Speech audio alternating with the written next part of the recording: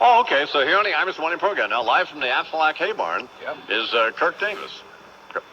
Gentlemen, once again here, Howard Cosell at ringside with the pre-fight interview with two legendary champions, Iron Mike Tyson and the great Muhammad Ali. Mike, how do you see the fight to go? Well, Howard, Muhammad's real fast, but, so am I. But, Muhammad, he doesn't hit that hard. So, I look for about, 4 or 5 rounds of shuffling. And then, I should catch him in the 5th or 6th round and knock him out. Well, that's an interesting perspective, Mike. Muhammad, I was reading the other day where you was reading about me? They enough ever been written about me. How great I am, how fast I am, how pretty I am. Howard, I'm the greatest. I whooped them all. Kenny Norton, George Foreman, Joe Frazier. There's nobody greater or faster than I am. Howard, I'm so fast, I turn the lights off, I'm in bed before it's dark. Kirk Davis here. That's pretty good, isn't it, Charles? Yes, sir. Good for Kirk. Is that pretty good, Bernie? Yes. It's not bad for a guy that's working for a pothead out in Arizona somewhere. Was wearing an earring with hair down on it. Yeah, that earring's all right. I guess you have to have a couple of beers or whatever, but it's cool. No, you don't. I'm cool with that. A couple of beers or anything. That's pretty good, Kurt. What else do you do? Well, sometimes I do Clint Eastwood when I'm feeling kind of mean. And now let's see. He practiced this all day yesterday, by the way. Up high on the... what are you guys working on? Working on the maintenance barn now? Yes. So they drove everybody nuts on the maintenance barn. Have you ever performed anywhere, or is this... Just once. And this is... In his bathroom? This will be the second time in public. This is the second time in public? Does he do David Jurist? If he does Nixon and David Jurist, we can save about $1 million a year, by the way. And Kurt also does a great Jack Nicholson. He's a little Jack, Kurt. Wait a minute, I'm out here at a ranch and Nicholson doesn't do westerns. That's pretty good, isn't it, Charles? Yes, it is, I'm impressed. Can you do Houdini and make both you and the Iron-Man disappear? Kirk Davis, part of Chris Alp's crew. Pretty good. Out here on the Imus fans. Kirk, thank you very much. That's good. Yeah, all right. You have to be a little understanding, Charles. It was the second time this guy's ever performed. And he was very good, and obviously he's going to be a little nervous. Yeah. But I was very pleased with his performance. Much more so, by the way, than I was with mine with Elizabeth Colbert. It is 12 minutes till the hour, and Breen is coming up. Excuse me, Mr. Officer. You think we're bad, huh? You want to clean up the streets, huh? Well, you better put society in handcuffs. You got a hard job. Music by Bernstein, lyrics by Sondheim. I'm talking about West Side Story. It's before my time. Police sweat me like the sharks in the jets because I do what I does, so they wanna get me. If you let me, I'll explain the game, clear my name, and show you ain't a damn thing changed. So don't criticize the way that I parlay. This ain't Broadway. We learned it the hard way. I'm up in the morning. All right. You heard me talk about Dr. Della Russo, and he's been used this down-up LASIK method of vision correction on people at the radio station. Larry Kenny, other folks like that. Maybe Breen could use the Kirk in some of his cuts, huh, Chuck? That's a good idea. There we go. Well, now Dr. Della Russo of the New Jersey Eye Center is proud to announce that he has been selected as the first... I happened to catch a glimpse of that comb-over crate Rudy Giuliani and thought to myself, does this mush-mouth midget have any idea how stupid he looked with that macrame potholder hairdo? When suddenly I had an epiphany. I realized that my feelings were a case of the pot calling the kettle African-American.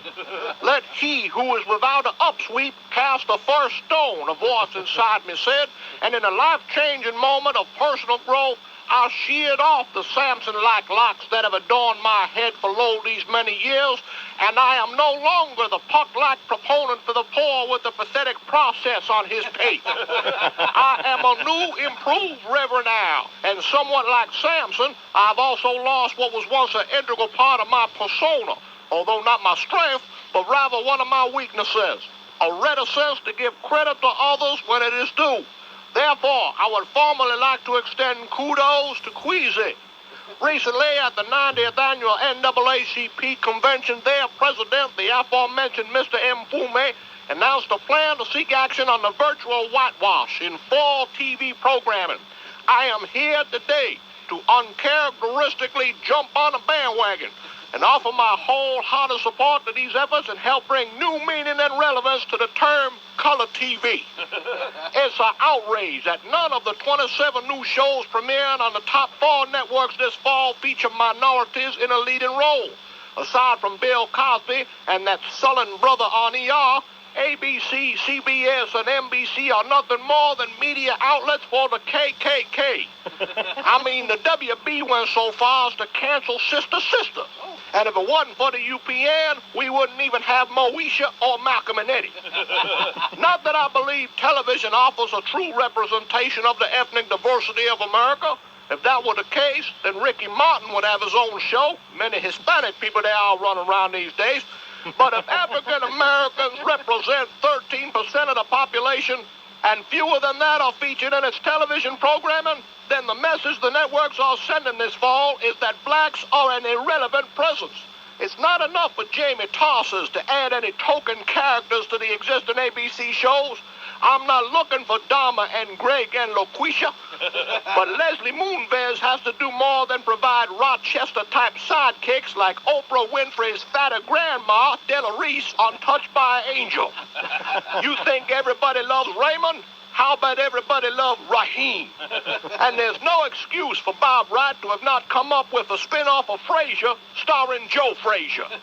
It's especially outrageous when you consider it's already been demonstrated where television programming prominently featuring an African American was able to garner enormous ratings, cutting across every demographic on the Nielsen scale. It was a black soap opera from a few years ago. Little thing they called the O.J. trial. The Reverend Al Sharpton here on the Imus in the Morning program. It is 25 after the hour, and Jimmy Breslin is coming up. Good morning, Cardinal O'Connor. Good morning, God bless. Bad year, Imus Lamar, for brothers on the boob tube. For black brothers on the boob tube, that is Imus Lamar. Right. Gregory Hines, cancelled. Yeah. Magic Johnson, out. Yeah. Brian Scumball, out. Pushed aside like old slaves by bagel-eating TV executives, Imus Lamar. We understand that when Paramount informed Magic Johnson that they intended to axe his show, Magic replied, "You can axe us anything you want. We ain't got nothing to hide." Your radio sounds funny in the morning. You're listening to Imus in the morning. Speaking of Gregory Hines, Imus Lamar. Yeah, sure. What bigot thought it was a good idea to put a show on TV about a black man who tap dances all day long? But Jesus. I wonder they didn't have him shoplifting watermelons or something. Imus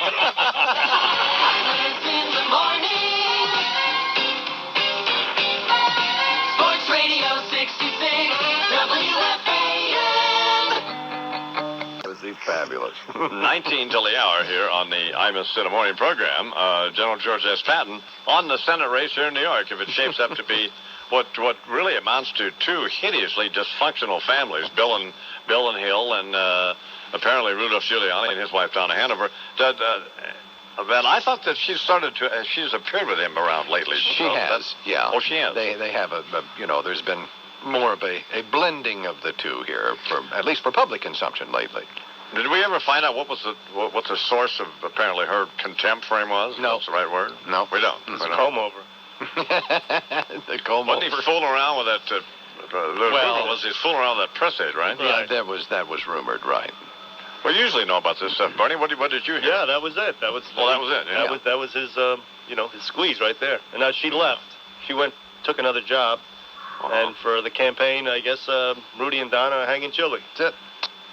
No, that's an ugly situation. So she should, Maybe it was what we wanted out of Howard Fineman and John McCain this morning. We wanted to name call it, mud wrestling, that kind of thing. All right, 18 till the hour now. And Breen decided not to tell me or anyone else. Yeah, He's decided to do play-by-play for the new WNBA, which seems to me to be a stupid idea, but... How about a smart career decision? No, it's not. Jumping on that bandwagon. It's a dumb career decision. Catapult to the number one sport in America. Not the first you've made. Bunch of sweaty Will it be the skanks last? trying to be men. Yeah, so be quiet, Bernard. We don't need your input into this. Babes running up and down the court. Yeah, that'll be Sweating. good. Right. Yeah, they all look like Leon Spinks. Not babes necessary. No Tyra Banks out there. That will be fine. If your radio sounds funny in the morning, You're listening to Imus in the morning. How about Rebecca Lobo? She's a pretty hot item. Oh, please. Yeah. She's like Janet Reno minus 20 years.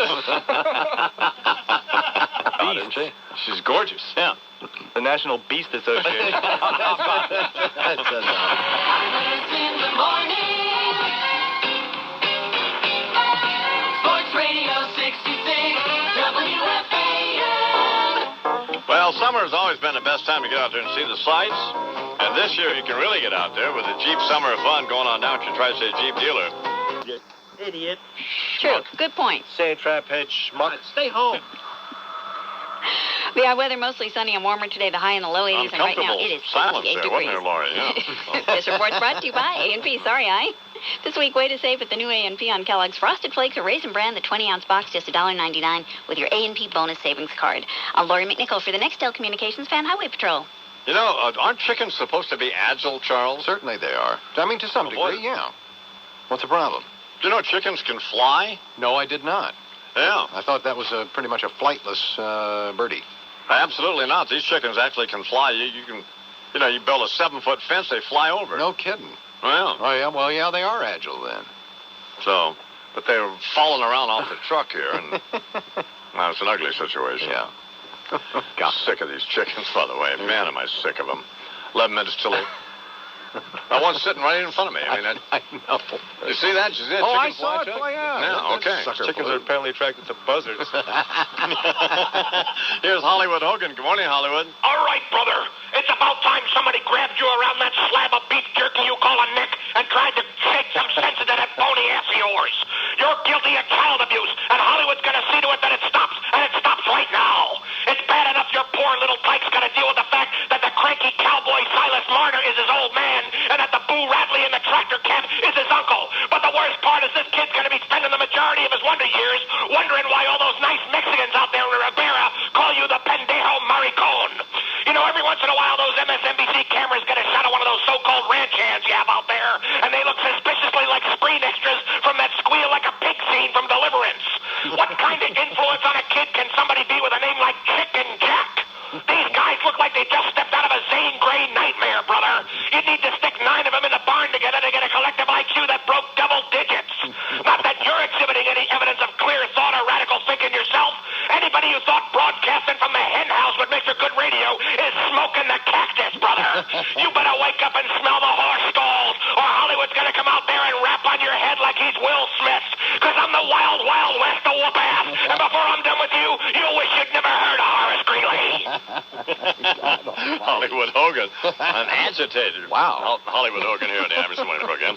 Fred Imus's appearance this morning is sponsored by Speed Vision, the only 24-hour network totally devoted to America's love of cars, boats, and motorcycles. Call 1-888-22-SPEED. Well, Fred was out in the tractor plowing it wasn't a tractor, it was some other piece of equipment, plowing the 2-acre garden yesterday that he's built adjacent to the greenhouse. Yeah. And it was hot and it's enormously difficult work, and he's exhausted and is not on.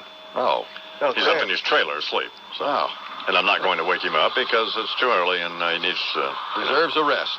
Yeah, you can't. I mean, he works too hard. He really does, and you just can't get him to... I don't know what to do with him.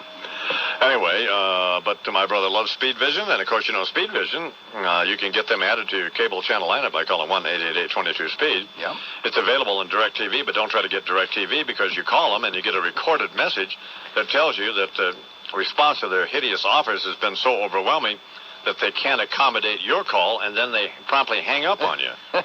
all a recorded message from these morons. Okay. So you have no recourse. Well, there's nothing more irritating. I mean, if you're DirecTV and they're going around selling these satellites, hire some more people to answer the phone. That's all. I mean, how hard is that? How many calls could they possibly have? I mean, they don't. They just it's arrogant, and it's a horrible service, and they're horrible people. DirecTV. So we're just overwhelmed. And I'm sorry that you have to deal with them. So. Yeah. But you do. I mean, I have DirecTV, and so do you, right, Charles? Certainly I do. Yeah. And we'll probably continue to use it until there's something else comes up. So. Sure. But I mean, it's not the next best thing. I mean, don't you think that's outrageous? Well, it's nuts that you can't get somebody on the phone if they say that they hang up on you and there's nowhere else to go. I mean, you go out and you buy a television, you get your satellite dish, and you have it all hooked up, and then you try to call to get it turned on, and then you get a recorded message, and they tell you that the response to their service is so overwhelming that they can't help you, and then they hang up on you. No, that's crazy. I mean, that's stupid. What up with that? That's nuts. Yeah, no, they're hideous, and just another group of people to loathe. 7 till the hour, and time for sports with the coach. Imus in the morning, 2020 sports. Let's go to the audio tape.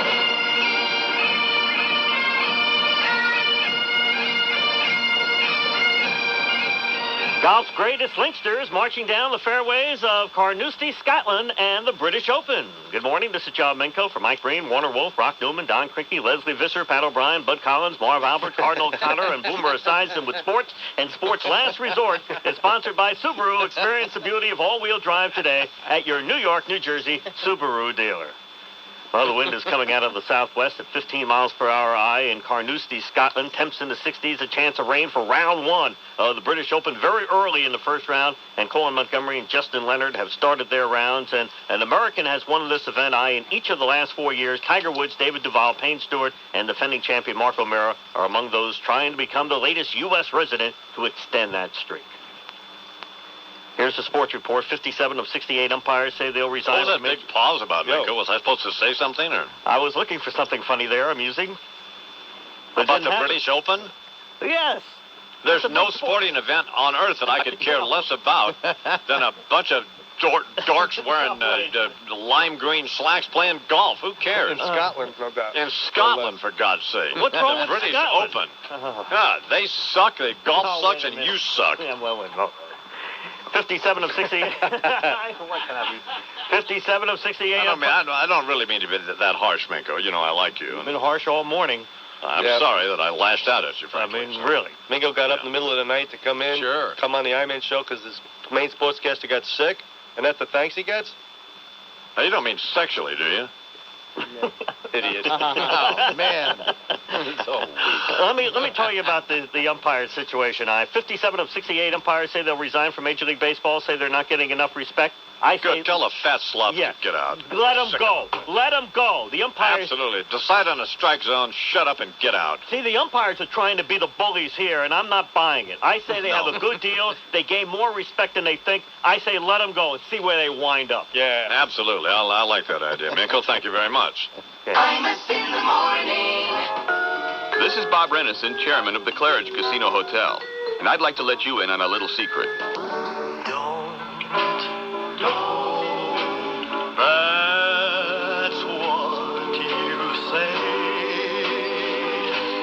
Each time that I Business. hold you this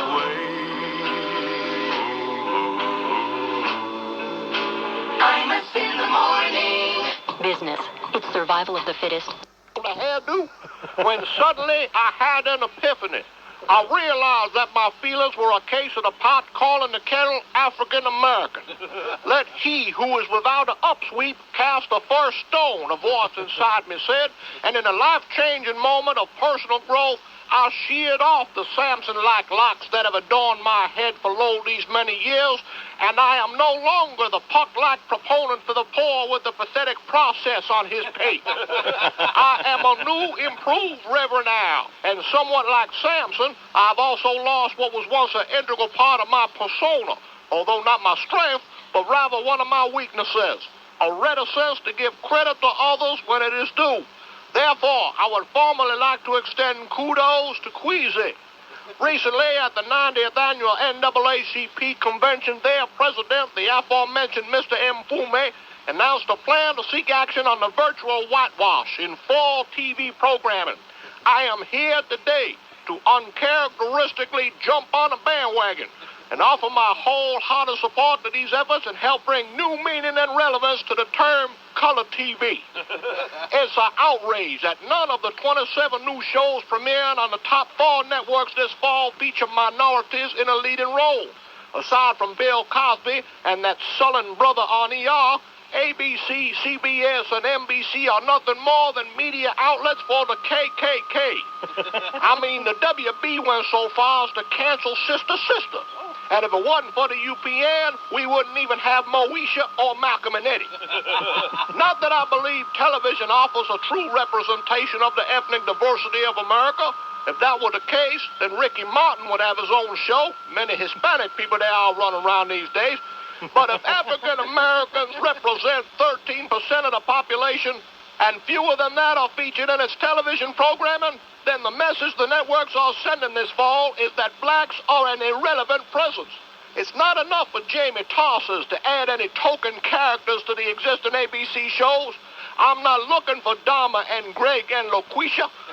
But Leslie Moonves has to do more than provide Rochester-type sidekicks like Oprah Winfrey's fatter grandma, Della Reese, on Touched by an Angel. You think everybody loves Raymond? How about everybody love Raheem? And there's no excuse for Bob Wright to have not come up with a spin-off of Frasier starring Joe Frazier. It's especially outrageous when you consider it's already been demonstrated where television programming prominently featuring an African American was able to garner enormous ratings, cutting across every demographic on the Nielsen scale. It was a black soap opera from a few years ago. Little thing they called the O.J. trial. Baby, you gotta love it. Imus in the morning, 2020 Sports. Wesley with a turnaround shot, good in the lane. Oh, what a great shot. Turnaround jumper in the lane. Reminds me of Elvin Hayes turned that jumper in the lane. Elvin Hayes, no. Lisa Leslie, yes. Who was that doing color there, Minko? Fred Carter, Jim Durham with the play-by-play on ESPN Radio. God almighty. Just buffoon. What absolute, just a total idiot. No wonder God he couldn't almighty. Jesus, God almighty. Why do you play that stuff? To embarrass him, clearly. Yeah, good. Well, very good, Minko. Yeah. That was the WNBA All-Star game last night at Madison Square Garden. You mean it wasn't low tide in the city? Come on, Minko. This report sponsored by Subaru. Experience the beauty of all-wheel drive today in New York, New Jersey. Subaru dealer. The West beat the East 79-61 with Leslie ringing the bell for 13. And following the game, you, Minko. New York Liberty and East All-Star Kim Hampton broke down the game with Joe Benigno overnight on WFAN in New York. A pleasure to welcome to the program Kim Hampton of the New York Liberty. How you doing, Kim? Hey, I'm great, thanks. Great having you on. You know what? Even though the West had a pretty good night, beat you guys pretty good, I thought it was a rousing success, the first All-Star game. I think so, too. Those in attendance last night, in addition to Queen Latifah, formerly Queen Latifa of Nigeria, Whitney Houston gave her rendition of our national anthem. There was Tom Brokaw, Spike Lee. Brandy Chastain, I was there last night. Chastain and her U.S. women's soccer teammates will be honored at the White House on Monday. President Clinton demanding an audience with Chastain. I'll be darned. Yeah. Maybe so surprised Hillary's not in on this. He's a former head coach in the NBA with the Knicks, Spurs, and Pacers. And today, Bob Hill is the new head basketball coach at Fordham, getting a 10-year contract. Sharing the spotlight in New York City is not a problem. It's a challenge. If we do really well, maybe we can take it over. It's better than being in a town where there's nothing else. I promise you that. Like Libera, New Mexico, home of the Imus Ranch. Man, I don't know. From who did he coach now? He coached the Spurs and the Knicks. And the Pacers. And the Pacers. And now he's coaching Fordham? Wow. Yeah. 10-year contract. Man. What do you think? How would you like to know you'd have to stay there that long? It's like the Iron Man go from a radio station to a gas station. Yeah, I mean, I just don't get that. So, and Nick McCartzick now, he's at Stony Brook, right? He's at Stony Brook, so he's going to start up a program the first year for Division I basketball at Stony Brook College on Long Island in New York. Well, that's going to be an ugly situation there as well, won't it? Yeah. They're a real powerhouse. Yeah, I mean, just well. The baseball umpires. Yes. Pardon me? I was just going to say that the baseball umpires, they want more respect. They're angered by this Tom Hallion suspension. They say they'll resign on September 2nd, at least a big majority of them. And I say let them go. The eateries will be happy. By whose suspension now? They're going to resign. Oh, somebody got suspended. Yeah, Who was Tom Hallion, one of the umpires for bumping a player, got suspended for 3 games. Oh, he did? Yeah. Mm-hmm. Which player did he bump? One of the, I believe, Houston Astros. Okay, didn't spit on him, no, did he? No, he did not. Not like Roberto Alomar did, no. Right, okay, yeah, so. That's the situation there. And Justin Leonard, Bob Tway, early first-round leaders at the British Open. Wind temps in the 60s there in Scotland. Threat of precipitation, nothing new there. Rodney Pampling is in the clubhouse at even par, and that's a look at Sports Eye. This is John Minko. Thanks very much, Minko, and yeah, way to go, John. That was a good effort from Minko, didn't you think, Sure, Charles? it absolutely was. Thanks for coming in, John. Excellent job. On short notice. I think the Queen Latifah, and that he bought Bernard's assertion that she was the Queen of Nigeria was a source of amusement for us, you know. So what is she? She's a rock star? No. She was a rap artist for a while. Washed up old fat rap artist. Yeah, so. Really? About to go back on food stand. I think that's slightly harsh, but that's essentially the case. Yes, it is. She was a rap artist, and now I don't know what she's doing now. I guess she's still Looking at Booger King. She's still trying to keep it real or whatever they're supposed to say they do. So, Yeah. But I'd have to look to Bernard for guidance in that area. So. Well, she got a ticket to the game. Yeah. Tomorrow we're going to try to get a hold of Jeff Greenfield, see if we can get him to appear in the program. And Bo Dietl will review Summer of Sam. Is that right, Bernie? That is correct. Okay, so. That'll be enlightening. So, an enlightening review from Bo Dietl tomorrow. A Spike Lee movie. I know, yeah. Oh, my God. Do you have any idea? Can you just guess where that's going to go? So, I don't know. Oh, yeah. I mean, just a bunch of stuff. Summer of Sambo. Jesus. Maybe we should not do this. Good. Right. Why are we opening ourselves up for this grief? Well, it is a hot movie, and he is our movie reviewer. Sure. Well, all right. And he has guns. Yeah, he does. That's a good point. Imus in the morning. The following is a paid commercial. And in his attic yesterday, the worker managed to escape, called the cops. Police say the repairman told Anthony Mattoni he needed to remove the AC's motor and go out to get a replacement from his truck. Mattoni then allegedly threatened to shoot him and locked him in the attic. He's been charged with making terroristic threats, assault, and unlawful restraint.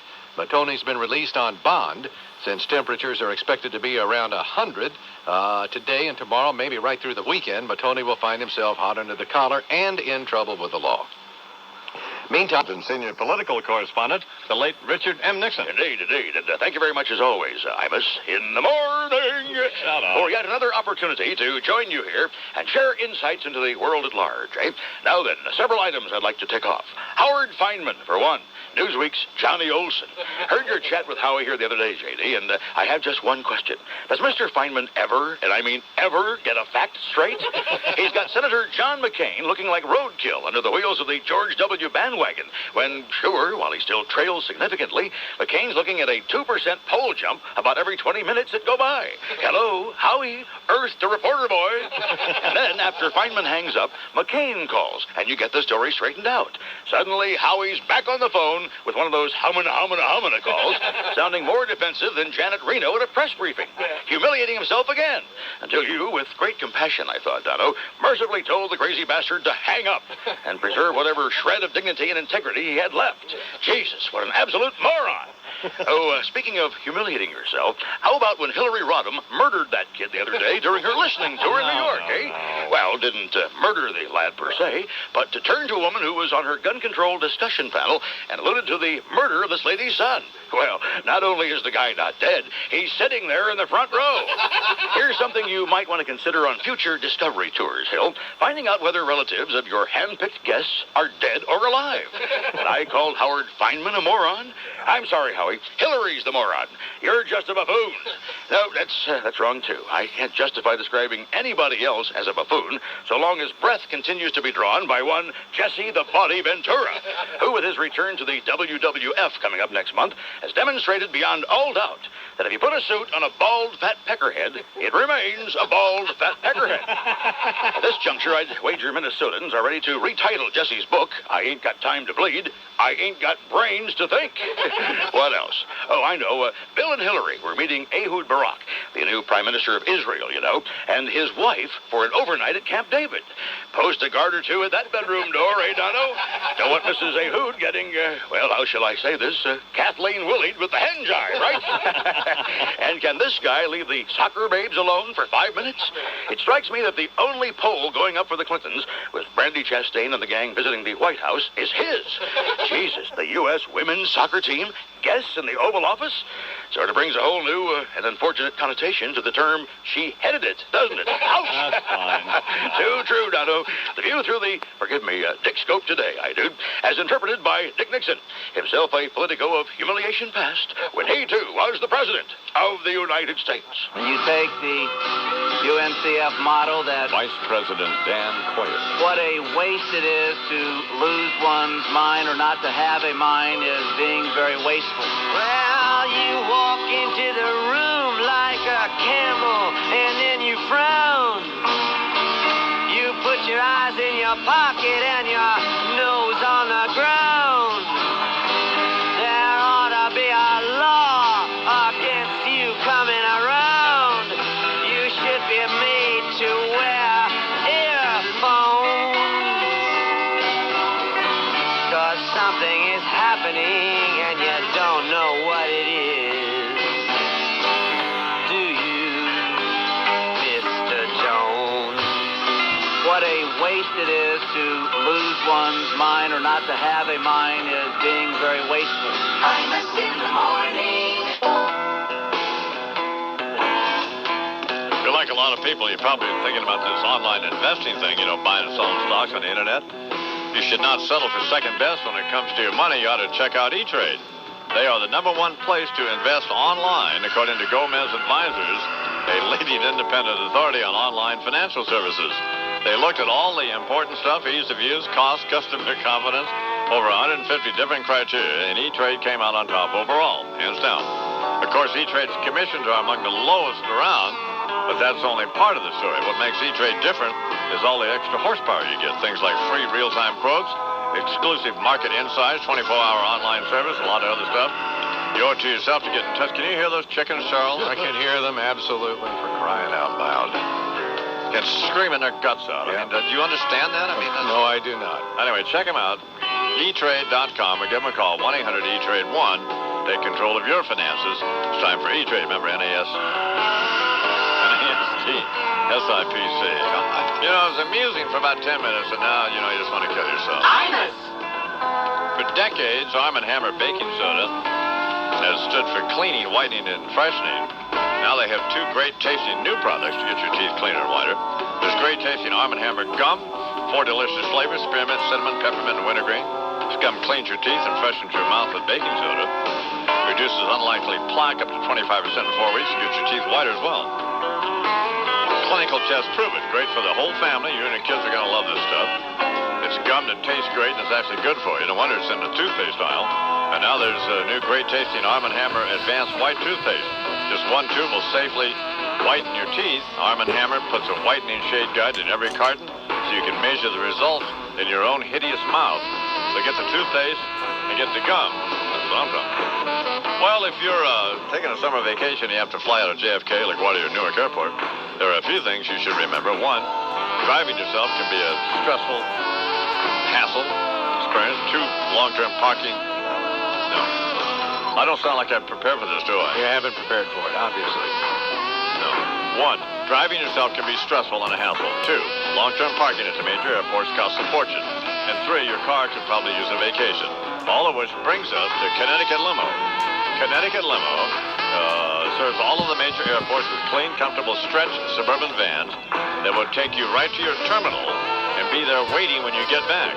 Connecticut Limo now has new express routes, and kids 14 and under ride free, which is why a lot of families and business people are calling on Connecticut Limo whenever they need to get to the airport. And if you ever feel like a little more luxury, Connecticut Limo has black sedans, stretch limos, stuff like that. So check it out. 1-800-472-LIMO.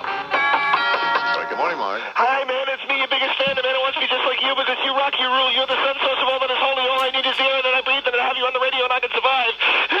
I'm really glad you're coming back to New York because I'm feeling very vulnerable lately because one day last week I took my mother to the movies because, she gets in free. I just stick the urn under my raincoat charge me for? Well, anyway, we went to see the Summer of Sam movie, and I was quite disturbed because Spike Lee has totally ripped off my life.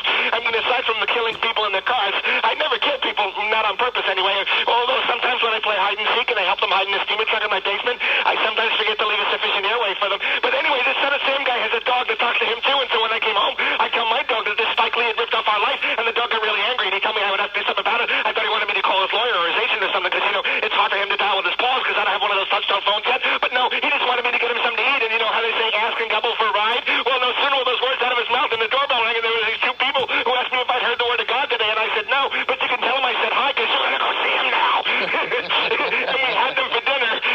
Well, the dog did anyway. I had pizza. Very strange, Mark from Milwaukee. There the Imus Morning program, and it's time now for Bo Dietl goes to the movies. Bo, Yeah. are you sponsored by anybody this morning? Yeah, Computer Concepts. We got the promo, the lead up to Computer Concepts. And, you know, my one tough computer cop.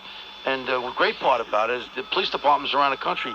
Quincy, Massachusetts, one of the people that live up, listen to you. The police department up there bought a few hundred of them. They're giving them to parents for their children as far as if they're really concerned about their kids on the internet. They're actually giving them away. They bought them, and they're actually giving them away. I'm really pretty happy about that. Unlike you, when you offered to give away a one tough computer cop. Next week for 3 days while Schmoozy is taking some time off. Our thanks to Susan Wallman, the boys across the way, Fast Eddie, Davening Dove, the Bagel Baron, Rich Ackerman, his A&M Bagels, you the fans. Till next time, Sweater and the Birdie saying bye-bye, so long, and farewell. Sports Radio 66. The Fan, WFAN. We're talking to an agitated Senator because I got that impression, unless I'm just out of it, that Howard Fineman likes you. I'm sure he likes me, but he doesn't have a clue as to what's going on in New Hampshire. I like him too. I think he's a very fine guy. So thanks, Howard, for all the encouragement, and we'll certainly, as always, pay close attention to your astute words. If your radio sounds funny in the morning, you're listening to Imus in the Morning. You want to talk to Howard Fineman, Senator? Sure, I'll be glad to. You on, Howard? Good morning, Senator. How are you? How you doing? I think you've got a great campaign, and I think you got a real shot, and I've never said anything. I'm sorry you didn't say that a half hour ago. In the morning, the Fan, Sports Radio 66, WFAN. An Infinity Broadcasting Station. WFAN 2020 Sports. Good afternoon at 1 o'clock. This is Rich Ackerman. It wasn't a pleasant beginning to the second half of the Yanks last park, and that's what's happening. This is Rich Ackerman with 2020 Sports on WFAN, the flagship station for the Imus in the Morning program, weekdays from 5:30 until 10. Mike and the Mad Dog. Sports Radio 66, WFAN. They're talking sports, going at it as hard as they can. It's Mike and the Mad Dog on the Fan.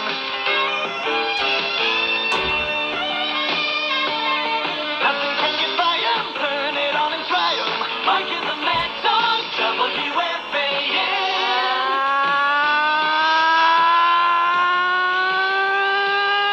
Good afternoon, everybody. How are you today? The Mike and the Mad Dog radio program. Friday in New York, 16th day of July, 1999. A hot, humid summer day. Nice to have you aboard. Joan Chin, Chris Cullen, Mike on vacation. We're taking a 718-937-66. 66 2A Sports Talk Telephone. We got a lot to do. A lot of British Open golf. We got a little tennis in the Davis Cup quarterfinals on the grass in Brookline. Was a couple of guys will probably better. I have to think about it. It's a good one. Susan coming up at 6, Mets Extra. And Eddie with the Devil Rays tonight. Eddie's got Piazza on the pregame. Then Eddie Post until midnight from the Chop.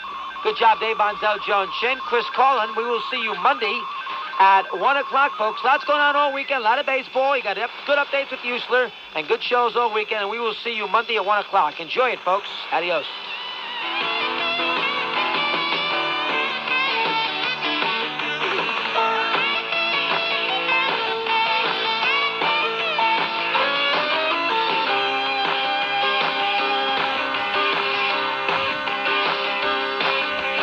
Mike and the Mad Dog, Sports Radio 66, WFAN. We're talking with Tim Russett of NBC News and Mike Barnacle of New York Daily News. And Yesterday, Tim and I had a great opportunity to be reminded of you because we brought our boys by to see Ted Williams. We had about a half an hour with the great man, with number 9, in this hotel room here in Boston. And it was quite reminiscent of being with you because Ted is 81, he's had a stroke, and he sits in a special chair. If your radio sounds funny in the morning, you're listening to Imus in the morning. What in the F were you going to say? About what Hillary was doing. What were you going to say? What Hillary was doing. Hillary officially sets foot on the fundraising trail this week. Well, we don't care. All right. If she's on a listening tour of New York here, I listen to this. Lose some weight. Go to Richard Simmons' house and listen to him. Yeah, that's exactly right. Go listen to a Sweating to the Oldies tape. Imus in the morning on the Fan, Sports Radio 66, WFAN. The Fan, Sports Radio 66, WFAN New York, an Infinity broadcasting station. WFAN 2020 Sports. Good evening, it's 6 o'clock. This is Bob Huesler, the... Well, I guess it would be nice if I could touch your body. I know not everybody has got a body like you. Imus in the morning. the Imus Morning program, Pat Cooper. Yeah, good morning, Mr. Cooper. It's like my wife said, how come you don't have... That's very nice, by the way. She's a beautiful lady, by the way. Yes, I know, but why did you have to keep saying to her, why? Because I couldn't understand it. I didn't understand it. I don't understand it. They're a great, there's Cary Grant's walking around. She wound up in shoe with a cowboy hat. And then what burns me up, I love these guys. I grew up in a ranch. It was a yard. What are you talking about? Your radio sounds funny in the morning. You're listening to Imus in the morning. You are the luckiest man that God put on this earth. I swear to God, I look at you and no disrespect, I like you personally. What do you do? I mean, really, you came from nowhere. You came from out of the woods. What you do is called stalling. Boy, isn't that the truth? Stall for 4.5 hours, and people say, gee, what are you going to do? Put on the stall. Ben, have you got that right? Imus in the morning. That's not far from true. Sports Radio 66, WFAN. Summer's always been the best time to get out there and see the sight. Gonna go see Delbert. Ask him to sing this one. Boy, I love it to Del. 6:05 a.m. on Sunday morning. What's up? I supposed to left from Memphis late last night. Uh-oh. I stopped at one of them old highway places. Oh, no. And because I did, I sleep in the Tarrant County jail tonight. I started out the night with good intentions, but I ended up getting sideways drinking wine. Well, the last thing I remember, we was roaring. Then something hit my head and knocked me from my conscious mind. I'm a victim of life's circumstances.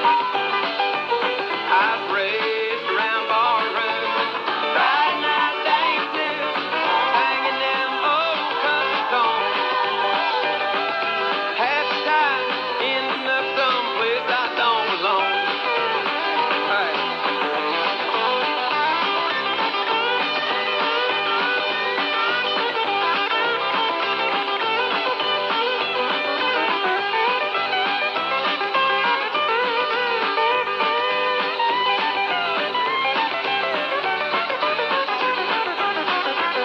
The jailer, hey, what y'all got me charged with?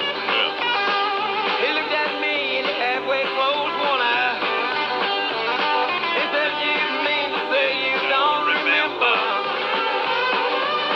cutting up some honky with that bone-handled knife? I'm a victim of life's circumstances. I was raised around barrooms, Friday night dancing, singing them old country songs. Half the time, ending up someplace I don't belong. Yeah, half the time, ending up someplace I don't belong. Imus in the morning, 2020 sports. Let's go to Yankee Stadium. Eddie with Mets Extra. Orioles at Camden Yards. Chris Moore has the post tonight. He'll talk some Panther hockey, I'm sure. Good job out of Chris Collin and Joan Shin. And we will see you tomorrow, 1 o'clock on The Fan.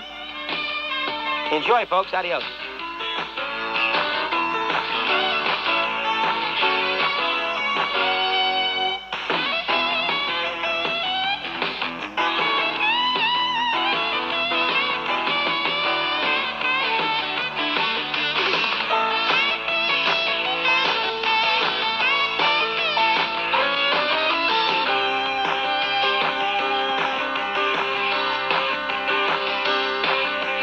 Mike and the Mad Dog, Sports Radio 66, WFAN.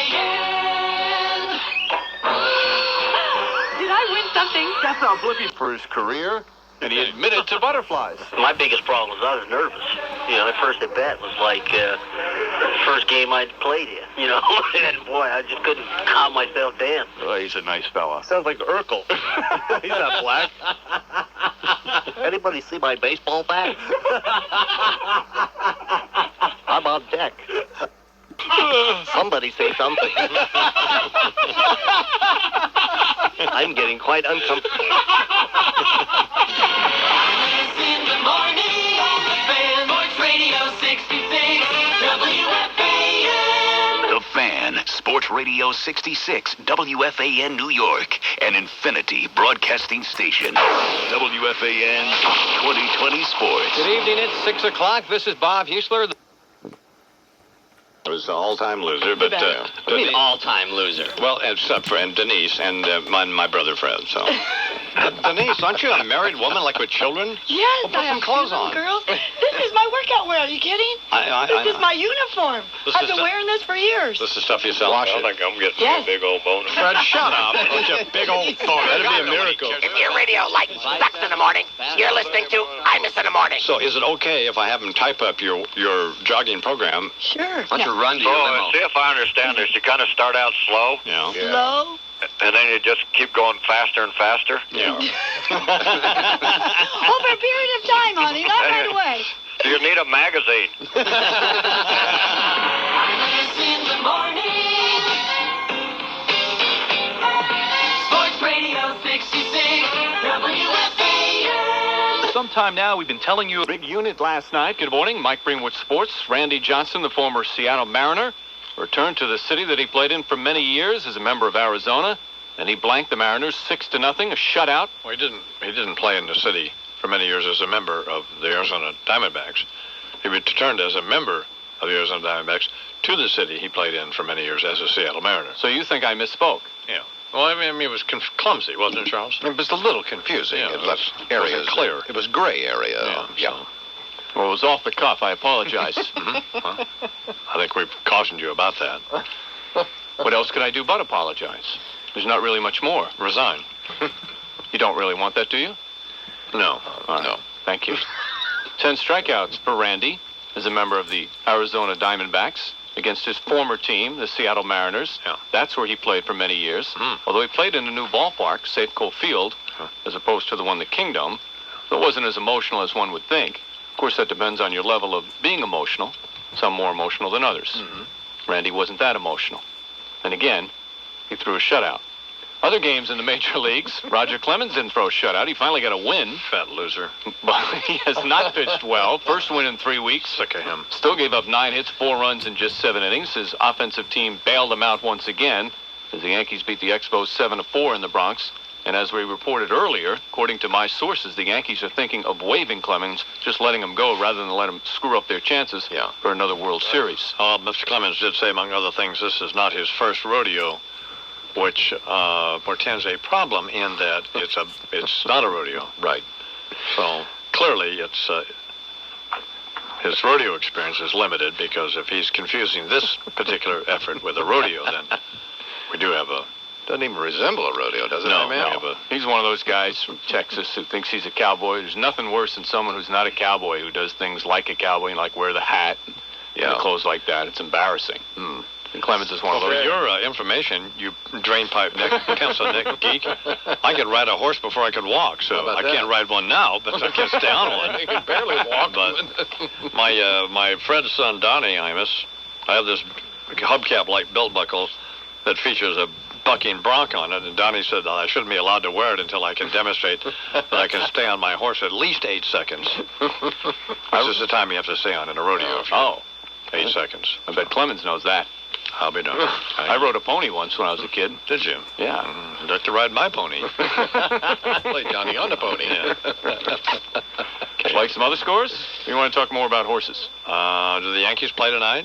Yeah. Oh, they do? Yeah. Where do they play tonight? Play another team. Good team, too. You don't know, do you? No, I don't know. And you don't even know if they really play tonight, do you? No, I do know that. Oh, okay. Tampa Bay. Who would be pitching tonight? For the Yankees? Mm-hmm. One of their fine starters. Orlando Hernandez. El Duque. Who? Orlando Hernandez. Oh, he pitches tonight against who, Chuck? Tampa Bay Devil Rays and Bobby Witt. Oh, Bobby Witt. Everybody He's only knows about that. 48. How are the Cardinals doing, your team, Chuck? Awful. They are. They suck. And who's leading the home run thing? Sammy Sosa? McGuire, yes, but McGuire hit another one, so he's right behind him. In a losing effort last night. Which is the norm. How many does Sammy have? 33. So this was not an anomaly last year, was it? No. An aberration? No. Was it? One of those things. One of those A words. It was not. No. It wasn't unusual either. Because the speculation was that this was out of character for Mr. Sosa to hit that many home runs. No, sir. But Mr. Sosa is supporting it. He's this demonstrated year. that he's able to. Well, he has that a number of this year. I don't know how many he's going to wind up with, but probably not as many as he did last year, will he? At this rate. No. But a substantial number. Yeah. Nevertheless. Probably around 50, something like that. Yeah, let's take some calls. You never know. A few more. So. This is WFAN in New York. WFAN is an Infinity broadcasting station. And here with the news is my friend Chuck McCoy. Good morning, Charles. Morning, I-Man. And in the headlines locally, now that it is confirmed that Suddenly, Howie's back on the phone with one of those humana calls, sounding more defensive than Janet Reno at a press briefing, humiliating himself again, until you, with great compassion, I thought, Dono, mercifully told the crazy bastard to hang up and preserve whatever shred of dignity and integrity he had left. Jesus, what an absolute moron. Speaking of humiliating yourself, how about when Hillary Rodham murdered that kid the other day during her listening tour in New York, eh? Well, didn't murder the lad per se, but to turn to a woman who was on her gun control discussion panel and alluded to the murder of this lady's son. Well, not only is the guy not dead, he's sitting there in the front row. Here's something you might want to consider on future Discovery tours, Hill. Finding out whether relatives of your hand-picked guests are dead or alive. And I called Howard Feynman a moron? I'm sorry, Howie. Hillary's the moron. You're just a buffoon. No, that's wrong, too. I can't justify describing anybody else as a buffoon so long as breath continues to be drawn by one Jesse the Body Ventura, who, with his return to the WWF coming up next month, has demonstrated beyond all doubt that if you put a suit on a bald, fat peckerhead, it remains a bald, fat peckerhead. At this juncture, I'd wager Minnesotans are ready to retitle Jesse's book, I Ain't Got Time to Bleed, I Ain't Got Brains to Think. What else? Oh, I know. Bill and Hillary were meeting Ehud Barak, the new Prime Minister of Israel, you know, and his wife for an overnight at Camp David. Post a guard or two at that bedroom door, eh, Dono? Don't want Mrs. Ehud getting, well, how shall I say this? Kathleen Willied with the hen jive, right? And can this guy leave the soccer babes alone for 5 minutes? It strikes me that the only poll going up for the Clintons, with Brandy Chastain and the gang visiting the White House, is his. Jesus, the U.S. women's soccer team, guests in the Oval Office? Sort of brings a whole new and unfortunate connotation to the term, she headed it, doesn't it? Ouch! That's fine. Too true, Dono. The view through the, forgive me, Dick Scope today, I do, as interpreted by Dick Nixon, himself a Politico of humiliation past, when he, too, was the President of the United States.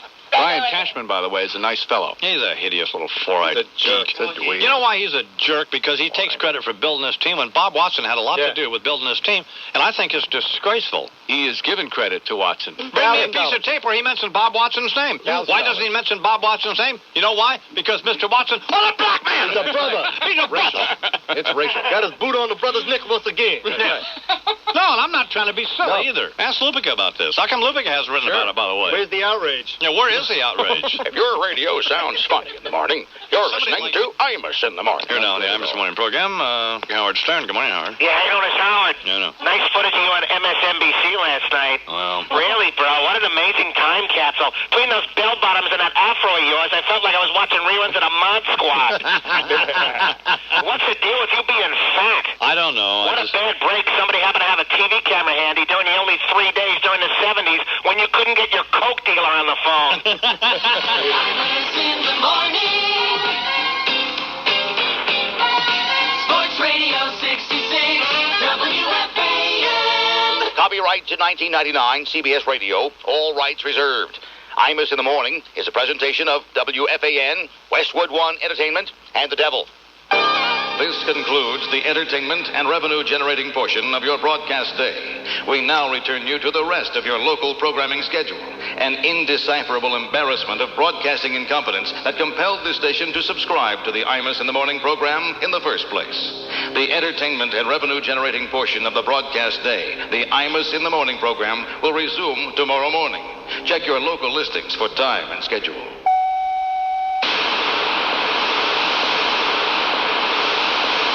The flagship station for the Mets, Jets, Giants, Knicks, Rangers, and St. John's is The Fan. Sports Radio 66, WFAN New York, an Infinity broadcasting station. WFAN 2020 Sports. Good morning. It's 10 o'clock. I'm Joe Thomas. In one over their last 10.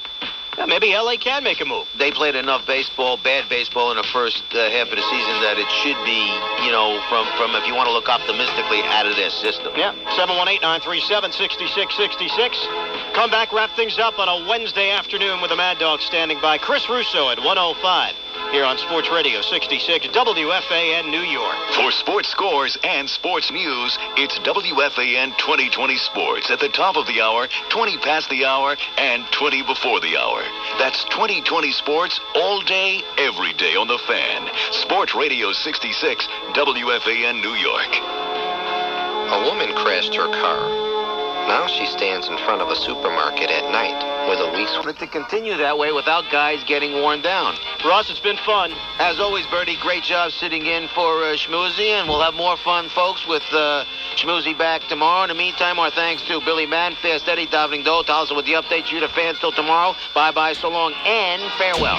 Sports Radio 66, The Fan, WFAN. Tony Gwynn, 18 hits shy of 3,000 for his career, and he admitted to butterflies. My biggest problem was I was nervous. That first at bat was like the first game I'd played in, and boy, I just couldn't calm myself down. Oh, he's a nice fella. Sounds like Urkel. He's not black. Anybody see my baseball bat? I'm on deck. Hey, what's up with you, too? If your radio sounds funny in the morning, you're listening to Imus in the Morning. Let's get some Delbert on the radio. Come on, press on here. Somebody say something. I'm getting quite uncomfortable. Imus in the morning on The Fan. Sports Radio 66, WFAN. An Infinity broadcasting station. WFAN 2020 Sports. Good afternoon. It's 1 o'clock. I'm Joe Tollison. That's what's happening. I'm Joe Tollison with 2020 Sports and WFAN, the flagship station for the Imus in the Morning program, tomorrow from 5:30 to 10 a.m. Mike and the Mad Dog. Sports Radio 66, WFAN. They're talking sports, going at it as hard as they can. It's Mike and the Mad Dog on The Fan. Nothing can get by 'em. Turn it on and try 'em. Mike and the Mad Dog, WFAN.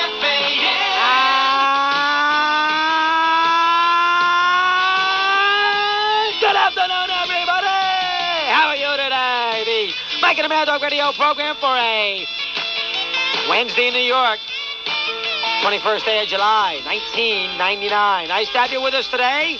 Mike, of course, on vacation, 718-937-6666. Joan Shin, Chris Collin, chat with you about the world of sports. Collin, of course, put literally a broom in, put it right in his studio, and I give you one reason why. He is that fraud Texas Ranger. Its component parts by veteran broadcast reporter Walter Cronkite. Return with me now to July 20th, 1999, a day on which we observed the anniversary of one of mankind's greatest achievements, the Apollo 11 landing on the moon. It was also the official launch date of what surely is destined to be one of mankind's least notable achievements, Space.com, the transparent attempt by former CNN Moneyline anchor Lou Dobbs to glom on to the irrational internet race for riches. As it happened, July 20th, 99 was also to have marked the first space shuttle mission commanded by a woman, and Dobbs had banked heavily on riding the backs of both extraterrestrial events to help get Space.com off the ground. Well, Lou, the lunar landing was 30 years ago, and the shuttle launch got scrubbed. Welcome to planet Earth, moron. In the opinion of this award-festooned veteran of launch pads past, it doesn't bode well at all for the success of Lou's ill-considered venture that he would try to tie a website startup to such a tentative event as a space launch.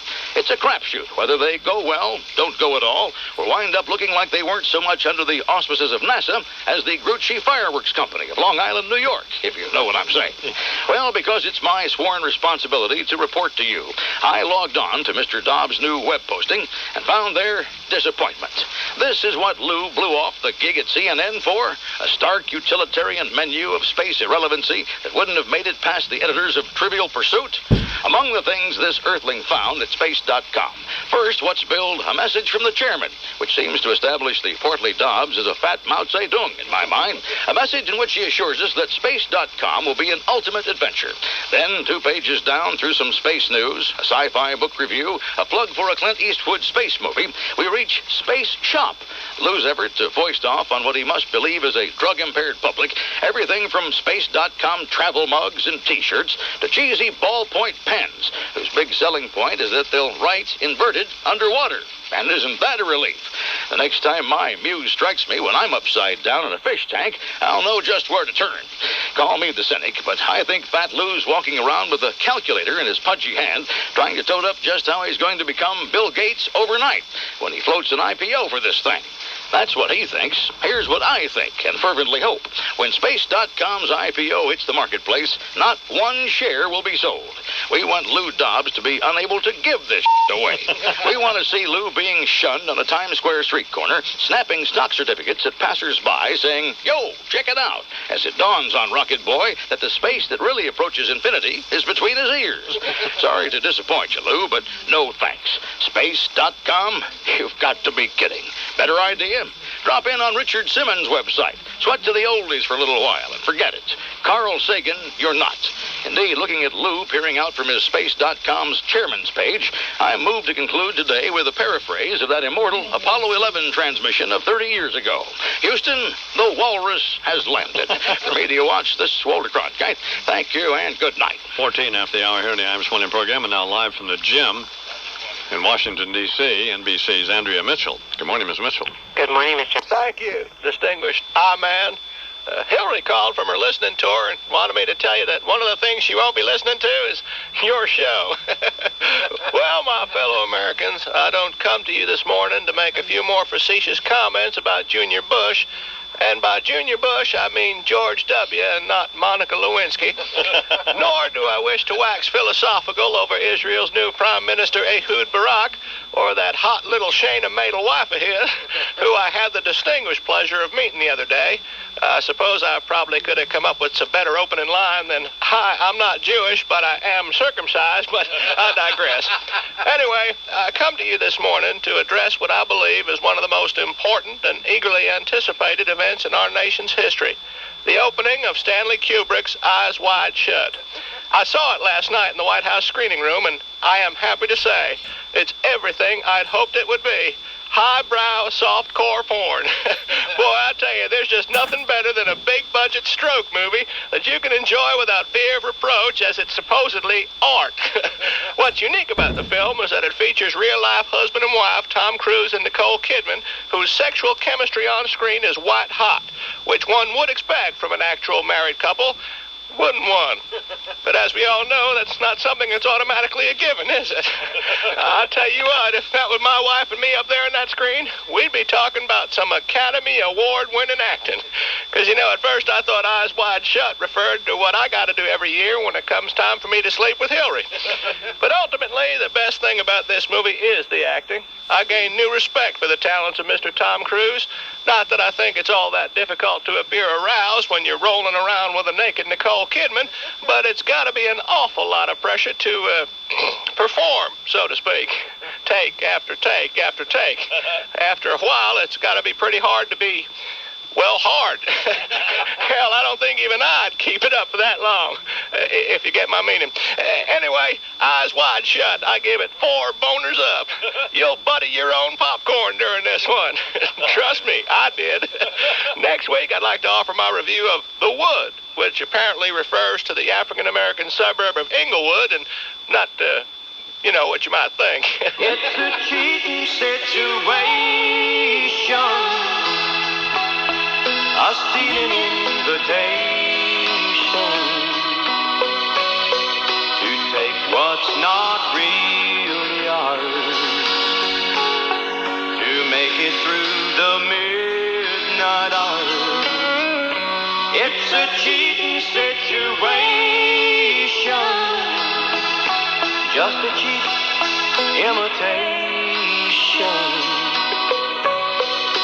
doing what we have to do when there's no love at home. Imus in the morning. The following is a paid commercial. 6:30, then the Expos with the Mets. Last time they played Montreal this year, thank God. Where Schusen's postgame is following that. Houston's got updates all night. I'll see you tomorrow at 1 o'clock. Joan Chin, Chris Collin, outstanding. Adios. See the softball game, too. Adios.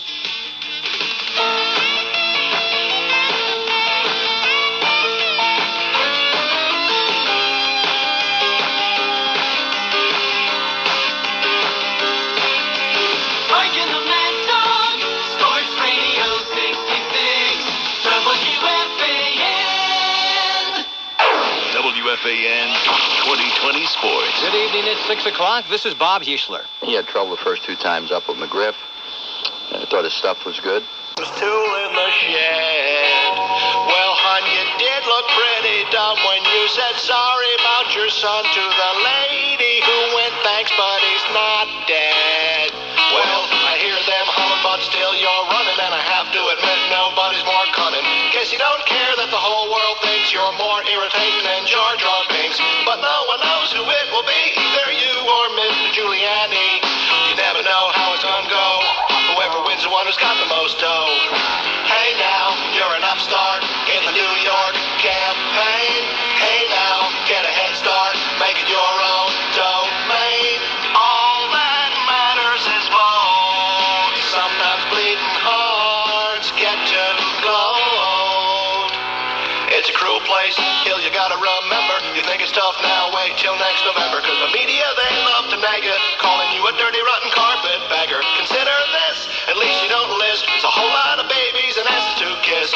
Rudy's got his world and you got yours. Both of you addicted to hearing applause. Hey now, you're an upstart in the New York campaign. Hey now, get a head start, make it your new domain. Don't get jitters, you're gold. Go to superstar in the polls. Ow! Oh, oh, ow! Ow! Oh, don't hit me! Ow! Oh, oh, ow!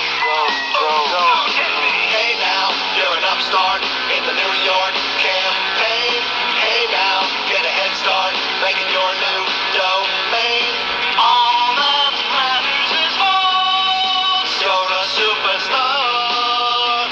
Somebody once told me that you and little Rudy make a pretty damn pathetic display. You may be a crook and you cook a few books, but you got the edge when it comes to looks. Cause at least you don't need a toupee.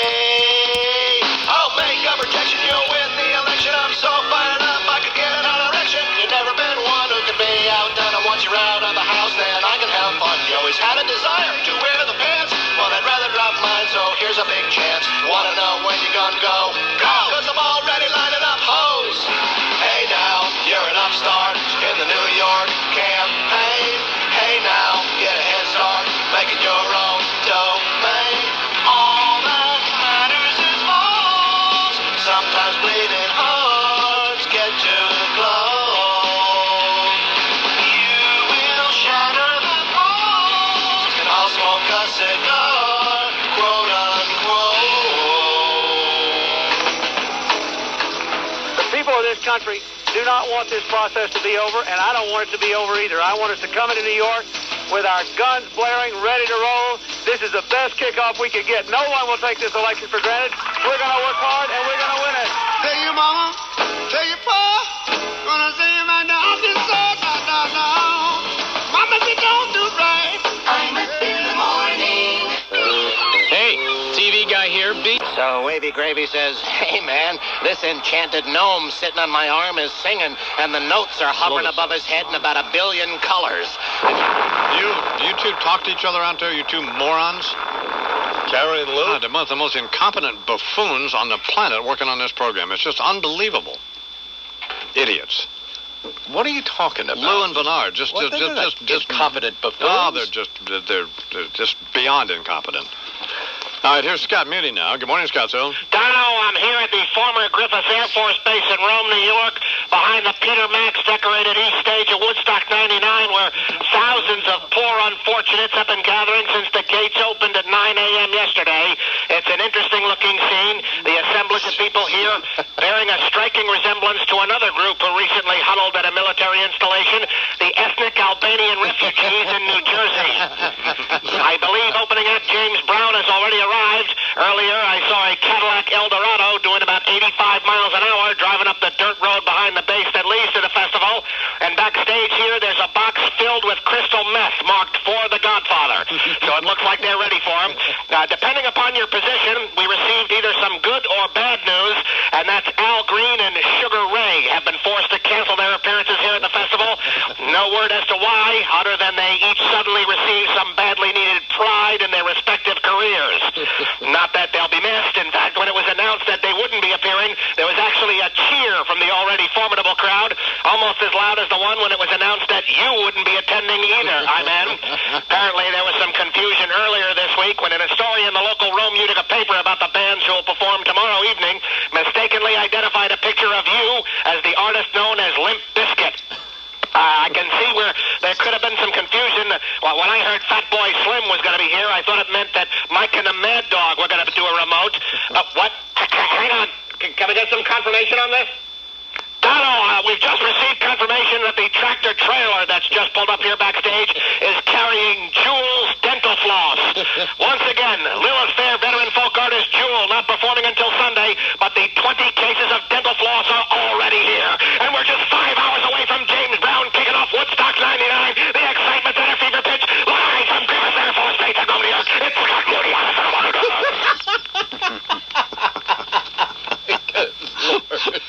Oh, well.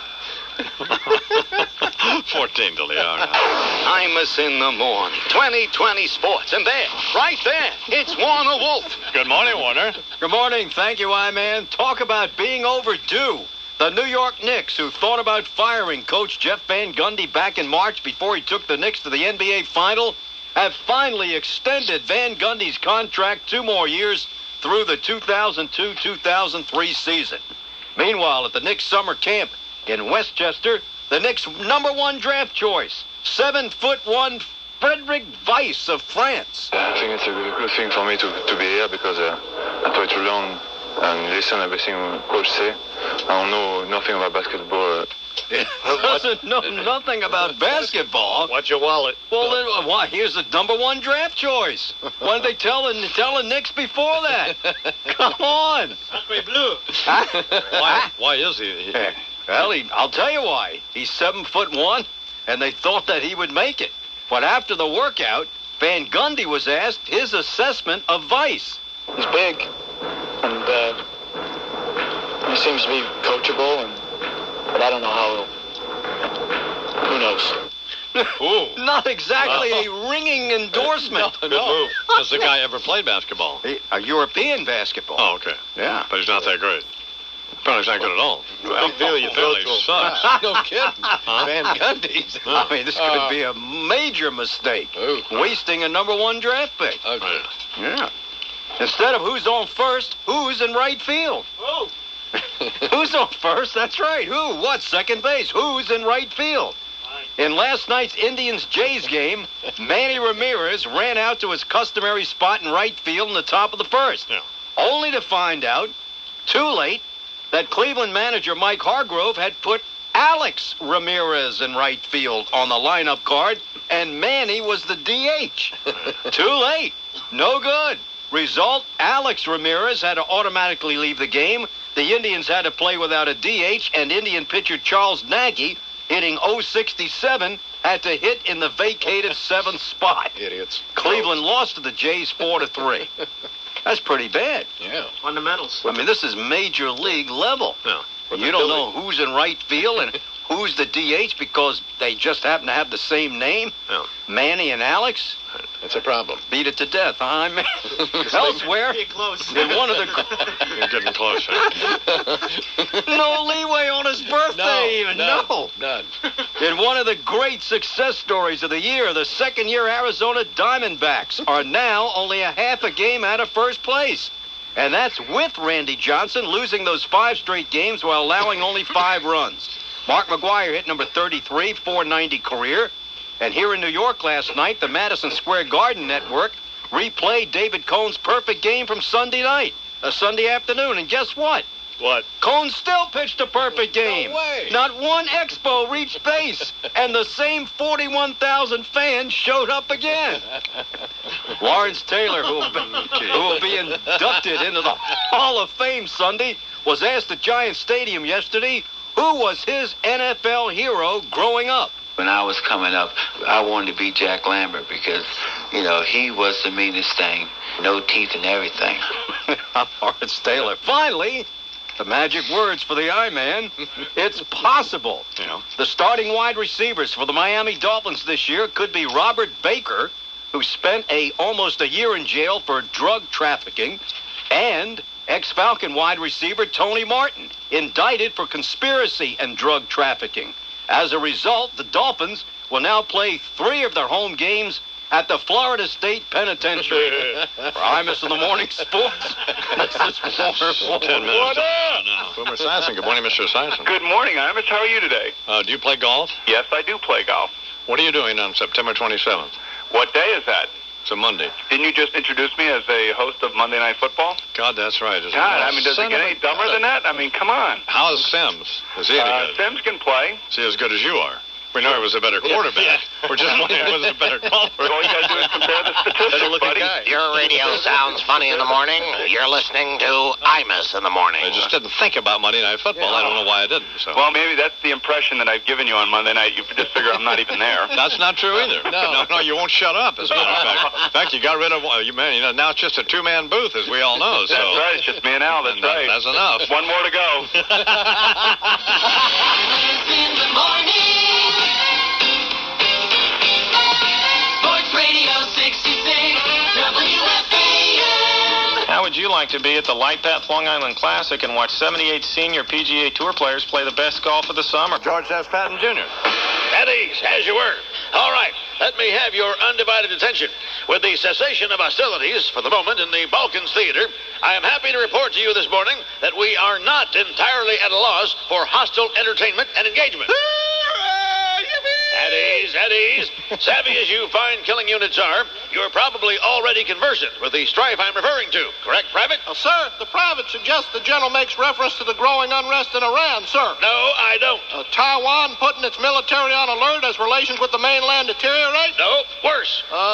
The Prime Minister of Jamaica calling out troops to combat recent escalation in street crime in Kingston. Worse. Some greasy, tattooed fat dude on a Harley kicking the out of pansies at a gay bar? At ease with that. And no, I am referring to the fact that the battle is joined, boys, and we can look forward to hand-to-hand combat in the war to succeed Daniel Patrick Moynihan as senator from the state of New York. Oh, my God.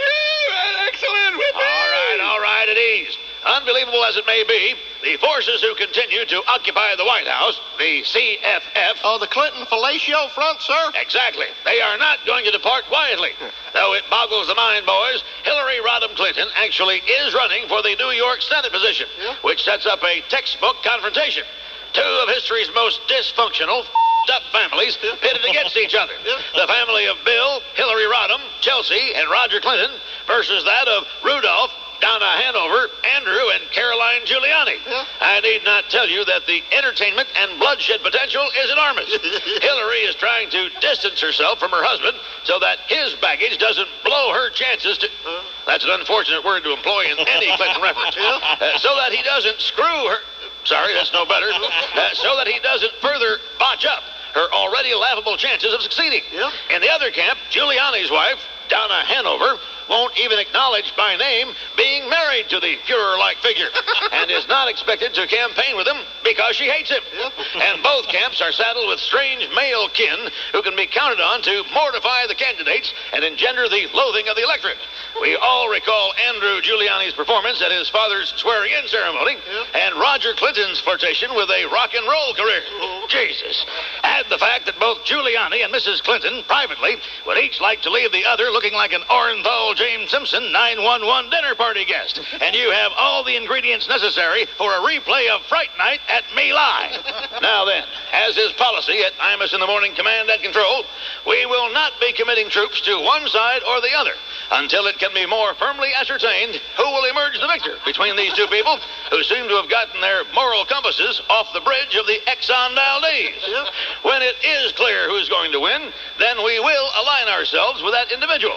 Until that time, I share the joy of each of you in looking forward to a protracted, dirty, and nasty fight, and a political landscape littered with the casualties of Hillary Clinton's grasping lust for power and Rudolph Giuliani's obsessive-compulsive ego disorder. Let's conclude this proceeding. Before history writes the last Hillary Rudy stanza, invest in bodybags.com, boys. There's gonna be a bonanza. Thank you for your attention, men. That is all. How Hitler got started. We take you to Bremerhaven, 1927, the largest theatrical office in Germany. MCA, Mein Kampf arises. And we listen to the two German agents. And the agents are in peril. The Kaiser, it seems, sort of flipped. Heinrich, what it is. You realize what's happening? Do I realize? I realize one thing, that we have 48 hours to find the dictator. What did you do? I just took a chance, just for the hell of it, and I called up Central Casting. Maybe, who can know? Maybe there is some dictator types, and we'll swing. Miss Pone, send in the dictator type, sweetie. Imus in the morning. This is WFAN in New York, an Infinity Broadcasting Station. It's time. No, I ain't Jewish. I just don't dig on swine, that's all. Why not? Pigs are filthy animals. I don't eat filthy animals. Yeah, but bacon tastes good. Pork chops taste good. Hey, sewer rat may taste like pumpkin pie, but I'd never know because I wouldn't eat the filthy mother. Pig sleep and root and that's a filthy animal. I ain't eating nothing ain't got sense enough to disregard its own feces. How about a dog? Dog eats his own feces. I don't eat dog either. Yeah, but do you consider a dog to be a filthy animal? I wouldn't go so far as to call a dog filthy, but they're definitely dirty. But dogs got personality. Personality goes a long way. So by that rationale, if a pig had a better personality, he would cease to be a filthy animal. Is that true? Well, we have to be talking about one charming pig. I mean, he had to be 10 times more charming than that Arnold on Green Acres, you know what I'm saying? Imus in the morning. You've heard me talk about E-Trade, the number one place to invest online, according to Gomez Advisors, the leading independent authority on online financial services. Well, E-Trade just launched the next... Wavy Gravy says, hey, man, this enchanted gnome sitting on my arm is singing, and the notes are hovering above his head in about 1 billion colors. And Hendricks goes, oh, yeah? How can you tell it's 1 billion? And Wavy says, because I smelled every one as I counted them. And with that, Country Joe McDonald's head turns into a Brussels sprout right before my eyes. And what? Oh, Scotzo here with you, reminiscing about those 3 idyllic days of peace, love, and an insufficient number of porta potties, Woodstock. and it's with some trepidation that I make the pilgrimage back to the garden to experience the 30th anniversary edition, an event where stage announcements like "Don't take the brown acid" will no doubt be replaced by "Don't take the green Pepsid." Just one look at the new venue shows you how far we've come after 3 decades. Back then, it was a love-in set amidst the pastoral setting of Max Yasgur's farm. This time, it's a cable pay-per-view held at an abandoned Air Force base. And although staged in a celebration of peace on a site that once stored machines of war has a certain karmic symmetry to it, the ideal of free love has long been replaced by the harsh reality known as sexual harassment. Hard to get your yayas out in the mud with the 90s version of the Earth Mama Flower Child, knowing she's probably got legal counsel already on retainer. Who the thought this was a good idea in the first place? Anybody for whom this event has any element of nostalgia ain't gonna want to be stuck in the middle of a few 100,000 body-pierced, day-glow hairdo-wearing slackers doing lattes instead of LSD. When those punk plagiarists, the Offspring, launch into their chart-topping obla-dee, obla-da ripoff, "Why Don't You Get a Job?" I'll be just one of the hundreds of thousands of baby boomers marveling at the ironically appropriate lyrics. I mean, there's not a decent band on the list. Except for, of course, Willie Nelson, who's probably in such a pot fog, he thinks he's performing at the original Woodstock. He'll be so high, he'll be hanging out backstage with the guys from Sugar Ray, thinking they're the Grateful Dead. "Hey, Garcia, you look great. You lose weight? When'd you shave the beard? And when'd you grow back the finger?" The only other artist anybody over 11 years old would have any interest in, Sheryl Crow, will be there.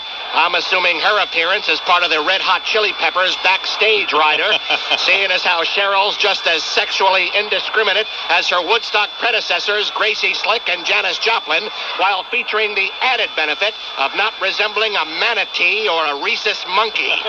In fact, if the organizers of Woodstock 99 were smart, that's the event they should have promoted, a pay-per-view of Anthony Kiedis and Flea making a Cheryl sandwich. It'd bring new meaning to the phrase, "eatin' crow."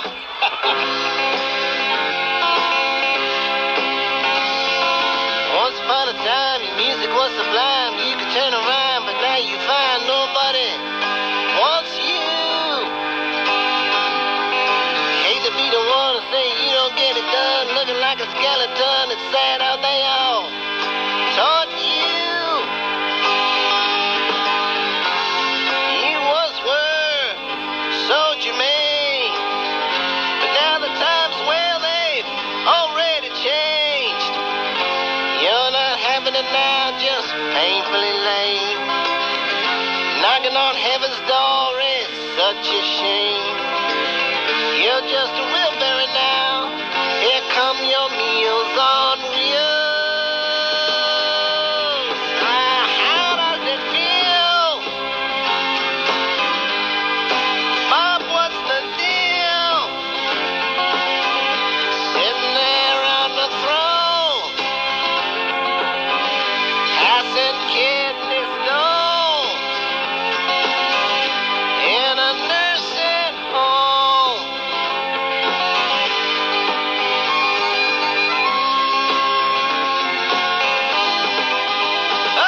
Used to look pretty freaky in a tie-dye dashiki, raise a fisted hand, then go marching with the band, protesting for peace and air.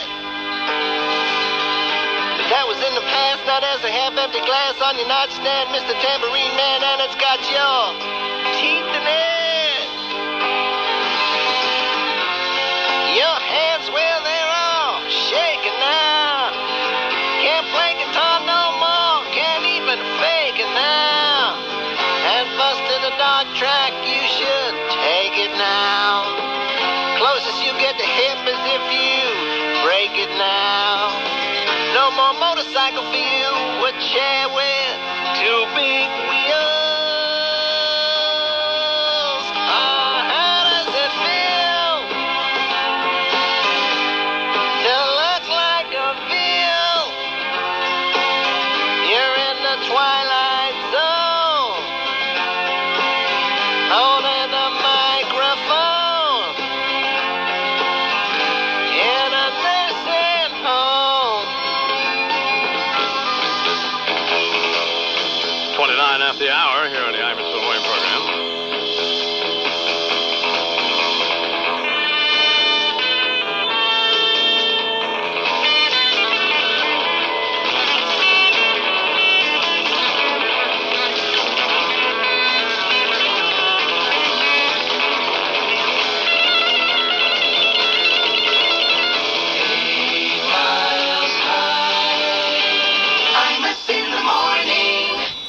Welcome to onsale.com.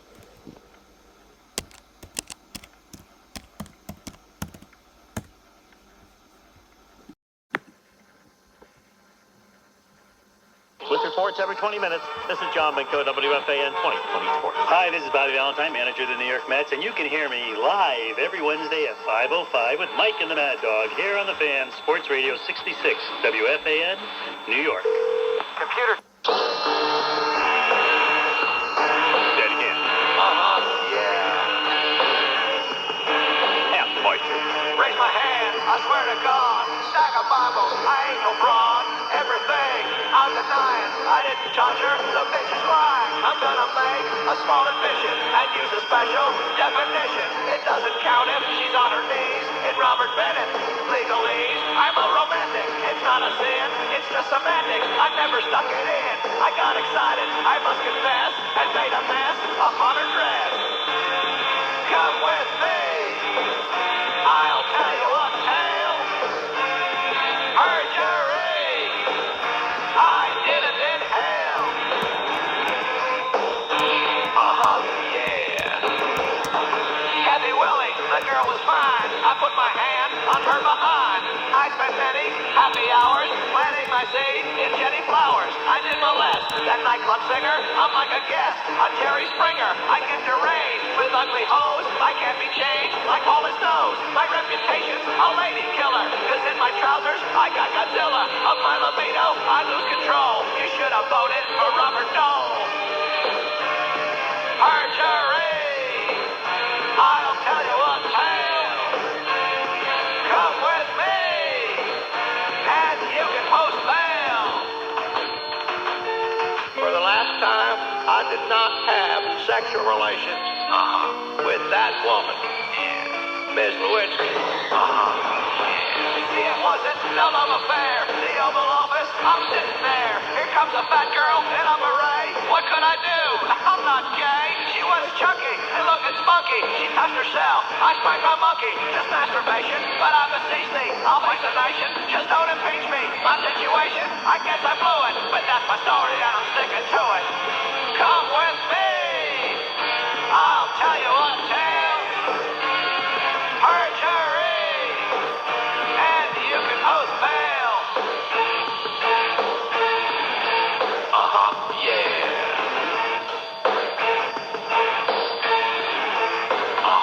Yeah. Everything, I'm denying. I didn't touch her, the bitch is lying. She was chunky and looking spunky. Took off her dress, I spanked my monkey. I get deranged with ugly hoes. I can't be changed like all his nose. My reputation's a lady killer. Cause in my trousers, I got Godzilla.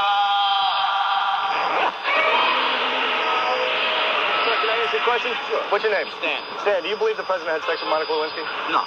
You don't? No. Do you believe he groped Kathleen Willey in the White House? No. Do you think he's in Africa trying to suck up to the blacks and, who are going to be on future juries? I don't know. Come on, Bernard.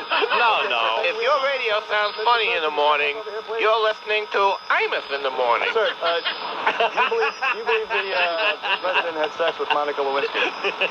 I don't know. I have no idea. I haven't been able to make up my mind yet. Bernard is talking to the mayor of New York City, Rudolph Giuliani. The police wanted me to specifically thank your show and Don for, frightening people. We know you're normally reluctant to share credit. Oh, we've heard that. In this case, I share the credit for Don is responsible for 2% of the 70% decline in crime. Here, we'll give him 2% credit for it. He gets some credit for that. Now, are you worried that when the Cape Man closes, that crime in the area will go up? In the morning. Well, that's the time the mayor's appeared on this program. Sports Radio 66, WFAN. Just for feats of world's largest. In your shorts, 2020 Sports. An emotional day at Cooperstown. Good morning, Mike Breen with Sports. This sportscast sponsored by Fujifilm. Fujifilm, not your ordinary film. Baseball's best day of the year. A Hall of Fame enshrining its new members, 7 brought in yesterday, including George Brett, the former Royal star, who spoke about his 2 brothers, Ken and Bobby, both of whom play professional baseball. To my brothers, sometimes I wonder why all this has happened to me and not you. All I ever wanted to do was be as good as you. Touching moment. I don't know. I've always kind of liked George Brett. I can't explain why, but maybe that hemorrhoid incident he went through in the playoffs that one year. Well, whatever. Pine tar? Just kind of an appealing fellow. He is an appealing guy. Nice butt. Low key. Nice butt. He did get hysterical over the pine tar thing, but yeah, that was fine. It's a great hitter. He was a great hitter, wasn't he? Oh, man. I don't know. Anyway, I'm happy he's in, and I think that was a very nice thing to say about his brothers. Well, clearly, he didn't have the talent he did, and he just didn't want to point that out. Right. A couple of losers. Real loser brother. You feel the same way about your brother? No, I don't. No. Not at all. My brother is a psychopath. Baseball will discover here in about 20 minutes. Baseball players seem to be the most emotional of all the professional athletes. No better example of this than, of course, one of our favorites, the recent retirement announcement of Bob Tewksbury. After many hours of thought and discussions with my wife, Laura,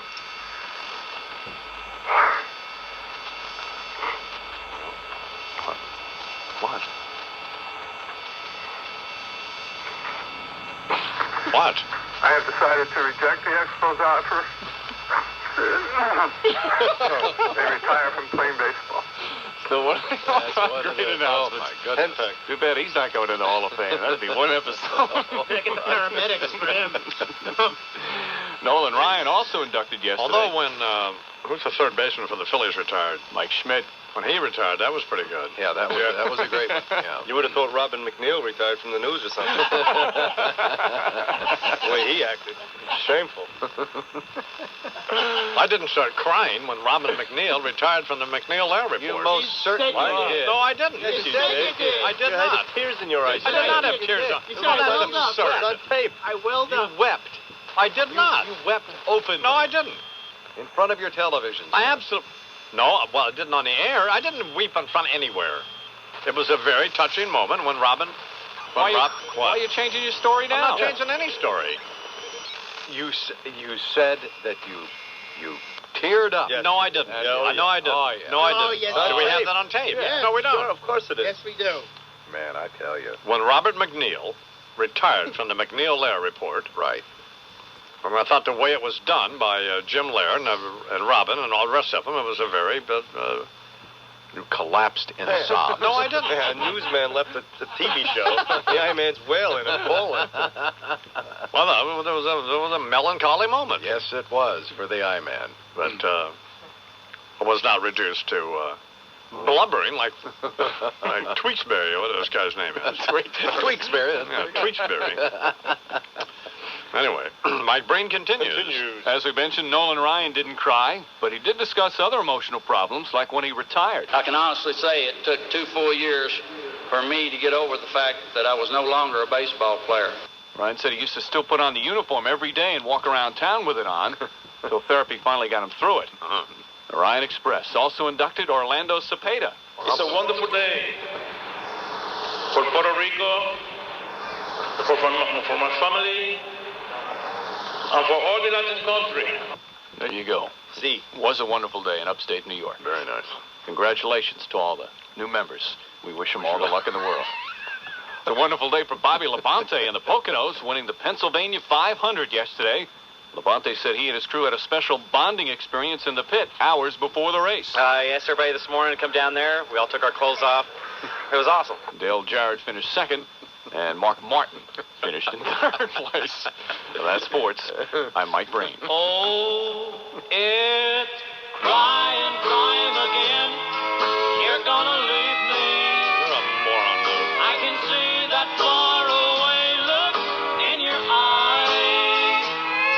I can tell by the way you hold me, darling, that it won't be long before it's crying time.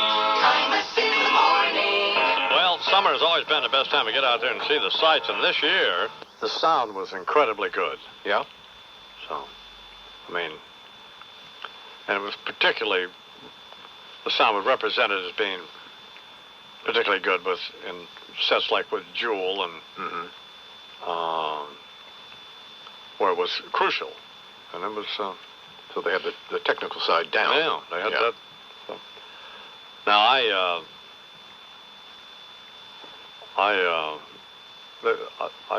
during the Red Hot Chili Peppers closed last evening, right. I missed Megadeth and I missed Rage Against the Machine, or no, I saw a little bit of them. Did you? All right. Yeah. Limp Bizkit. I saw them. You did. Okay. They're pretty good, actually. Yeah. So Fred Durst, whatever his name is, the lead singer. I just know that because I read a review. I wouldn't know it otherwise. Right. So if Lou had told me about it, I would know. I saw Offspring. They were awful. Korn. They're not too bad. Yeah. The Insane Clown Posse are unintentionally amusing. Unintentionally. They mean to be quite serious. I think so. I think they do. Maybe they don't. Maybe I don't get it. Could be just a rip. Yeah. But then the people like, I'm not a big Jewel or Alanis Morissette or Sheryl Crow fan. However, they were good. They were good. Creed was hideously annoying. Their lead singer's just a jerk, and hideously annoying. And the Red Hot Chili Peppers try way too hard. Yeah. That's just over. But as you said, that could also be an overall theme for the entire event. Yeah, they all tried too hard. Yeah. So, and then Willie Nelson, he played. Yeah. And Los Lobos, they were there. Inexplicably. And they're pretty good, of course, but why they were there? Yeah. I don't know. And I think Willie announcing to the crowd that he was doing a song, a tribute to Merle Haggard and someone else, was lost on many of us. Probably. So, but I did see the initial bonfire last evening, and I was trying to read Time Magazine and Newsweek, and to get Wyatt to go to sleep. Yeah. We don't make him go to sleep. It's just that whenever he winds down, when he decides he wants to go to sleep, it's fine with us. But I don't know. But you weren't standing in the way of him retiring. No. Not exactly. I was exhorting him to now's the time to. Yeah. But no, we didn't want to do that. I see. We wanted to jump on Mommy and Daddy, and that's fun too. So. And we took him to see his pediatrician. He has a great pediatrician, Dr. Michael Rosenbaum. It just happens to be you can get a jerk for a pediatrician. We do not have a jerk. We have a great pediatrician. He's just a fabulous physician. He also specializes in something else. There was a big article about him in the New York Times, Michael Rosenbaum. And I forget, he looks like Mickey Dolenz from the Monkees. But despite that, he's a charming guy, and he's a wonderful physician. And we took Wyatt and Wyatt got a bunch of shots on Friday. Yeah. And he cries for a couple of seconds, and then he stops, and then he's had all of his shots. He's never had any kind of after anything. Yeah. That's great. So, and I fixed him dinner a couple of times this weekend, and he eats, it's just awful what the poor little thing eats, but he just loves this stuff. He eats veggie burgers and tofu pops but as you said, he knows nothing else. He loves soy milk. Yes, he drinks out of his little cup now. He loves it. No basis of comparison. Well, actually, I know that's not true. It's not bad. Soy milk. Soy milk. You consume the same. Well, not in great quantities. No, but it's not awful. Yeah. The veggie burgers are great, by the way. Yeah, I like them.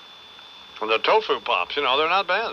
Haven't had one of those. They're pretty good. You put mustard on them, you can't tell what the deal is. Yeah. So. Disguise them. That's what Deadman intends to serve to these kids out at the ranch. How long that lasts? Well, if you don't say anything, they'll never know. They may like it all. Oh, well, sure. Not any real way to tell, really. Sosa's at the plate. He's going for the record. There.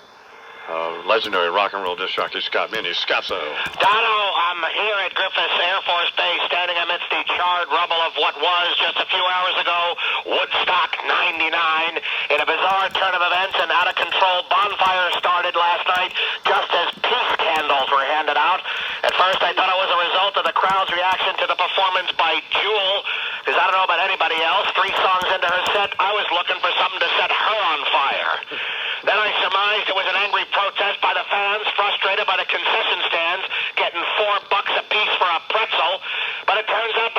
celebration was brought about by the incendiary remarks of Red Hot Chili Peppers bassist Flea, the gap-toothed, cat-toothed artist, and I use that term in a large set of quotes, taunted and incited the crowd by playing on stage in the nude.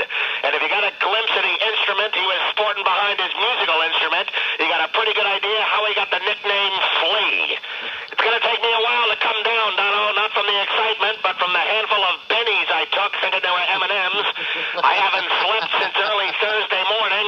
Right about now, my eyes look like those of that guy from Limp Bizkit.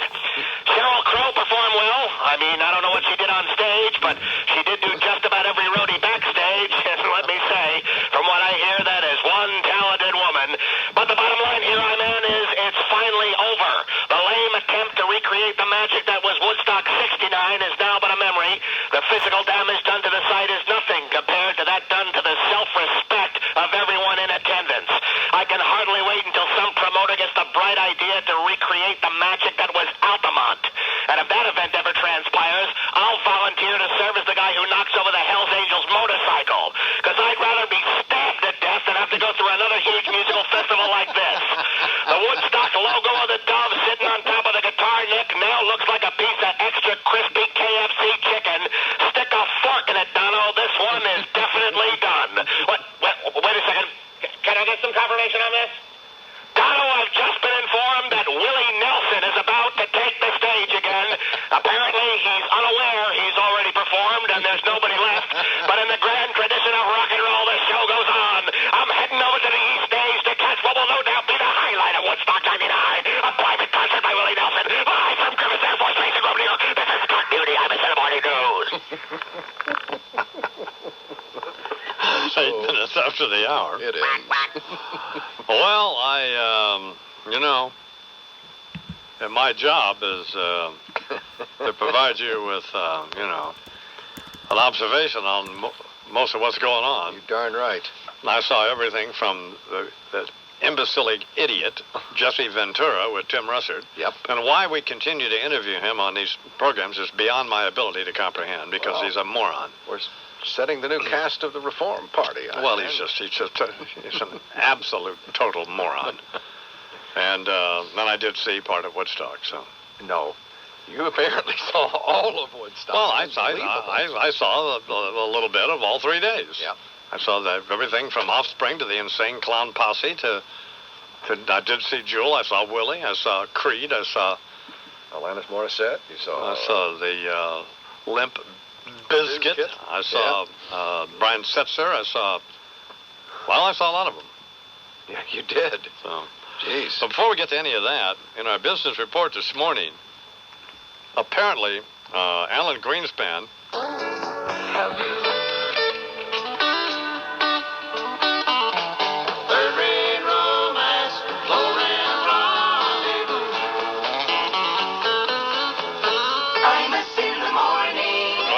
Talk about E-Trade, the number one place to invest online, according to Gomez Advisors, the lead independent authority on online financial services. Well, E-Trade... When he does blow, and he will blow someday, we won't say, God, where were the signs about how troubled he really was? No, that's an excellent point. There will be a roadmap, much like they were able to trace Cunanan's comings and goings, right at the end. If your radio sounds funny in the morning, you're listening to Imus in the morning. It won't be one of those interviews where you'll be sitting there just looking down going, I don't know, I suppose the signs were there. My God, he was my friend for 25 years.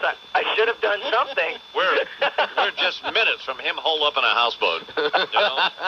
How surprised are we going to be when we turn on MSNBC some afternoon and down at the bottom it says Wayne, New Jersey? Yeah.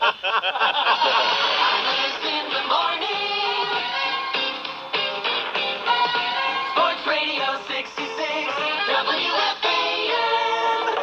The Wii Summer of Fun is back with a summer of free... Deep right center field. Back goes Salmon near the wall. It's out of here. Home run for Bell. We're tied in the ninth. A big day for baseball's bad boy. Good morning, Mike Breen with sports. Jim Hunter the call.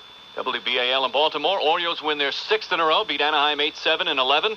Albert Bell had 3 home runs. And lo and behold, he actually spoke to the media about his recent home run surge. Pretty much right on schedule. Start off slow, finish up strong. I don't know why everybody panics.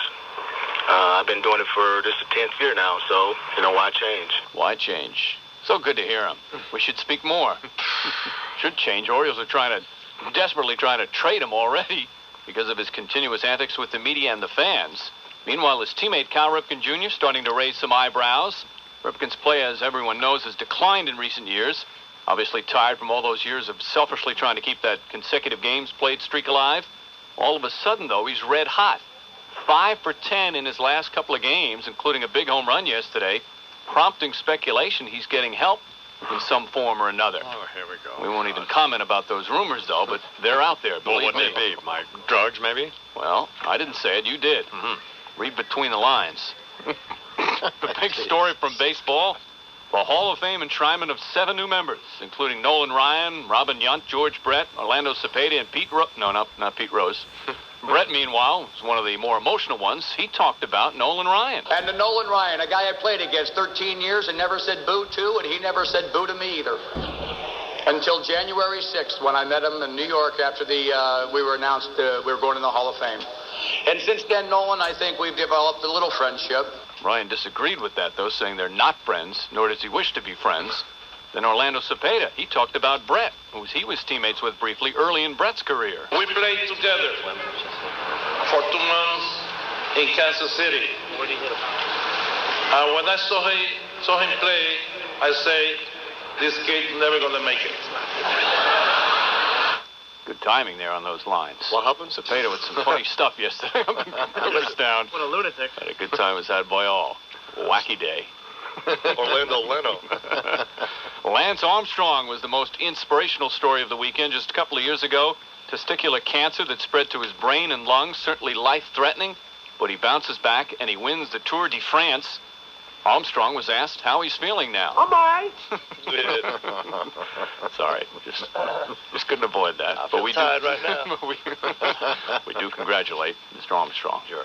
And the Pennsylvania 500 goes to Bobby Labonte, winning yesterday in the Poconos. And that's sports. I'm Mike Breen. Didn't you think it was an emotional moment when Robin McNeil, when they wrapped it up there? I was not reduced to racking sobs. Nor was I. What were you? You were weeping. You did. I was weeping. I was not weeping. Man. I just said I welled up a little bit there. Absolutely. Well, Bobby, I'm bad. Robert McNeil and Jim Lehrer are on C-SPAN this morning, and somebody from C-SPAN just called and wanted me to call in, but I don't know how we do that. Oh, you probably couldn't anyway. You know, Yeah, you'd be sobbing on the phone. Voice breaking and everything. At least I'm man enough to admit that. Neil, how you doing? If your radio sounds funny in the morning, you're listening to Imus in the morning. Well, it's going to be the news hour now with Jim Lehrer. It'll be fine. I guess you'll shoot yourself when he retires, huh? Imus in the morning. Sports Radio 66 WFAN. Well, now you've heard. Yeah. And 50 pounds overweight in order to decide to take your clothes off. So, as you said, it required that you have a huge gut? Yeah. You're 16 years old, and you're a young woman with a huge gut. Was that necessary? Oh, and then the moose butt. And then very disturbing. Oh, well, I mean, in the original Woodstock, it was fairly tedious then, but at least it was an excuse for it, and it was a miserable event, and. Was it a copycat event? No, and everybody was pretty wasted. Right. And it set the precedent. Rain and mud, and it was a horror show. And But when you're selling, Cokes for $6 a pop or $4 a pop, and slices of pizza for $6, I mean, the $2 bagel. It's just beyond my ability to. And then, of course. If you're a lead singer for any of these groups, it's beyond tedious when they start proselytizing their particular lame philosophy about that it's just as though it was some original thought they had that is beyond. But conversely, Willie Nelson,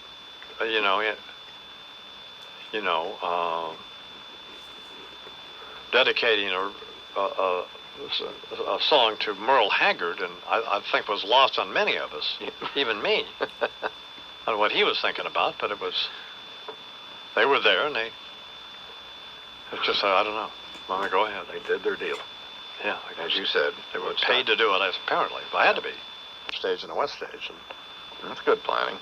So you wouldn't miss Creed or Offspring, so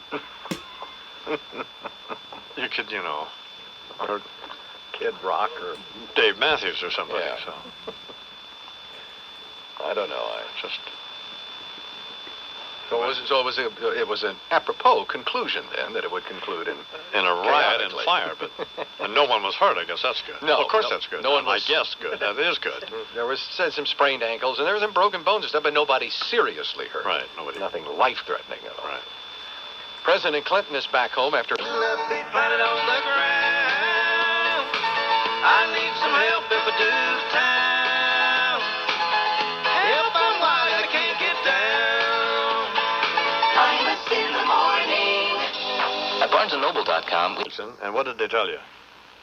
No tickets available. And I'll be there at 4 o'clock, or I'll be there at 3 o'clock. I just want to get in and be able to see the I-Man and his team. Where are we doing it from, do you know? Pardon me? Where are we doing the show? Don't know that. I mean, this radio station, the only good thing they've got is Imus. After you, there's some local talk show guy. It's just absolutely terrible. And then after that's Dr. Laura, and I can only take so much of her. Right. And but I love the I-Man. We like the guy after us. We think he's great. You do? The local guy, yeah. Excellent. I love him. Yeah. He's Great our local flavor and all He's that. our man. Mm-hmm. Good stuff. Getting it done. Be a lot better. Hey, he's so big when he walks around town, he has to take the truck route. Well. And he came in here from Arizona. He knows nothing about, no local stuff at all. It's just, it's like an import, and he tries to act like he knows what's happening. And yeah, what's his name? Scott something. Yeah. We have no idea. Of course, you know who it is. Well, I know. I'm sure you don't listen. No, of course not. How could we listen? Well, the I-Man could do anything. I mean, if you wanted to live, they'd probably send you tapes if you wanted. You'd listen to them the next day or something. Sure. When you play with golf with your customers, what do you do for a living? I'm with a truck line, a trucking company, a sales rep. We are. Mm-hmm. You have big 18-wheelers that go across the country and stuff? Absolutely. Do your drivers take amphetamines? Certainly not. We have some of the most professional drivers on the road. Right. 6 days on the road, and I'm going to make it home tonight. You betcha. Crystal meth. Hey, I know who made that song, Dave Dudley. Well, I was just going to ask you that. That was going to be your next test. There you go. Volunteered to answer, so Dave Dudley. No, okay. What record label was it on? Yeah, we're not done yet. Not so fast. Not so fast, Dave. It was on the B-side. I have no idea. No, nor do I, by the way. So, I don't know what to do to get you tickets, but Bernard, you could do something about this, couldn't you? Yeah, but what does he have to offer? Why should the Well, he has nothing to offer. bend over backwards for David? He just seems like I don't know. He seems like just great support for the I-Man. Hey, and I'm a former Marine. Well, that's those Lee Harvey Oswald. What else? That's a very good point, Bernard. What's the damn do? That is not cutting any cheese for the I-Man. Not that we'd want to cut any cheese, by the way. Please, spare me that. But I'm a nice guy. I'm all right. Well, but you got nothing for us. You haven't really brought anything to the table other than being a fairly affable fellow. Yeah, so. decent guy, decent sort. That should be enough in these days and times. I mean, not too many of us left. It should be, shouldn't it, Bernard? And plus he lives in the anus of the United States. Might as well cut him a break. Your president's hometown. Right, exactly. We like Little Rock. At least I did. Sure. It is a great place. I thought it was a pretty country, didn't you, Charles? Don't you remember? Yeah. Had a good Of course time. you remember. No, Don, I don't remember. Gee whiz. I was in a coma. Give me a clue. I mean, he's got a place on Bull Shoals Lake. I mean, Arkansas is a beautiful place. The Little Rock itself. Well, beautiful skyline. I remember we went out in the suburbs there and all those trees and Wasn't that nice? Very appealing. Birds chirping. Deer in the city limits. See there? Sure. Very bucolic. Well, Bernard doesn't sound like he wants to help you. No, we'll take his name and ignore him for the rest of the time. It's up to Bernard, David. Bernie, come on, man. You can do it. Just one guy. I don't take up much space. I'll behave myself. You got any daughters? I do have a daughter. All right. Well, hold on. We have to look at you up. In fact, she's got tickets. She's got tickets, and she called me saying, "Hey, I got tickets to Imus." Does she look and I anything said, well, like why Britney didn't Spears? you get me one? She said, "Well, I just didn't think about it." So, I mean, that's how I found out about it. I mean, they never. I've never heard an announcement on the radio, so I try and call, and they're all gone. What do you think of the governor? He's a pretty good guy. Pretty good guy. Why that big sigh? Well, he hadn't done a lot of the things that he says he was going to do, but I guess he's okay. He's had some problems. You know, the boy was fat when we first met him. Remember that? Isn't that the truth? And he's got all of these, and then he lost all the weight, while he was running. And now, he's ballooned up again, but he's still, on all of his little pictures around town, it's still the skinny Huckabee. No, when we... Kind of like Andy Rooney's picture. Yeah. It needs to be updated. When Governor Huckabee was running for the Senate, this was years ago. Yeah. Whenever it was, and we saw him. That boy was a fat boy. Mm-hmm. Boy did have some weight on him. And then he lost. He lost it all. 100 pounds. At least. Hey, he's fatter than a town dog right now.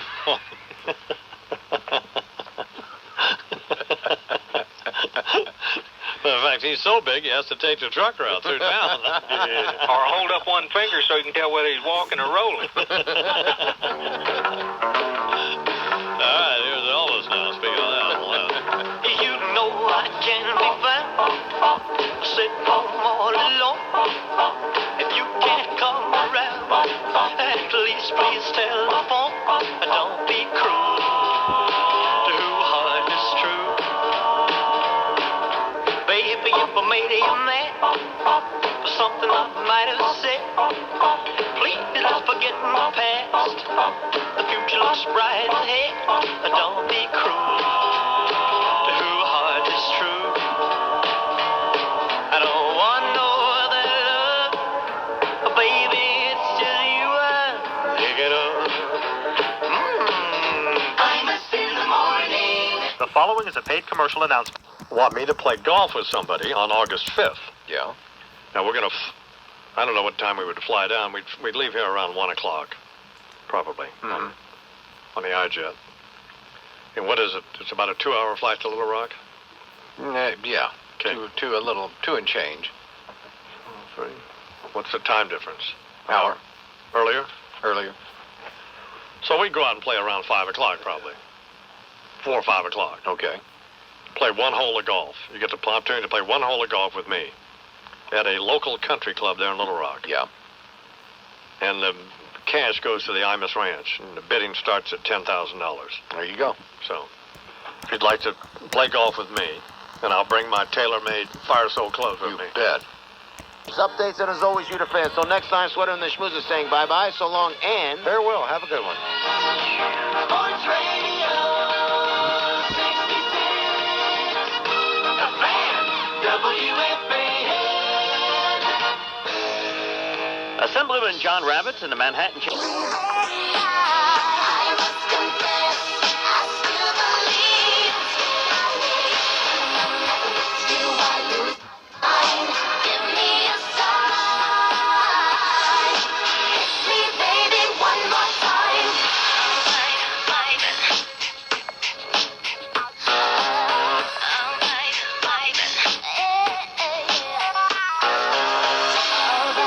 Baby, how was I supposed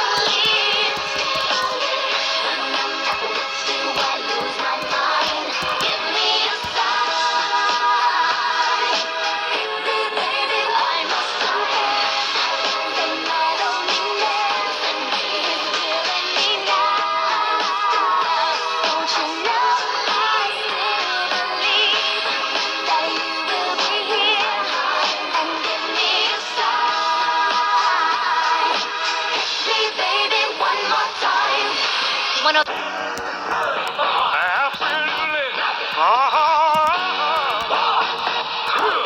Yeah.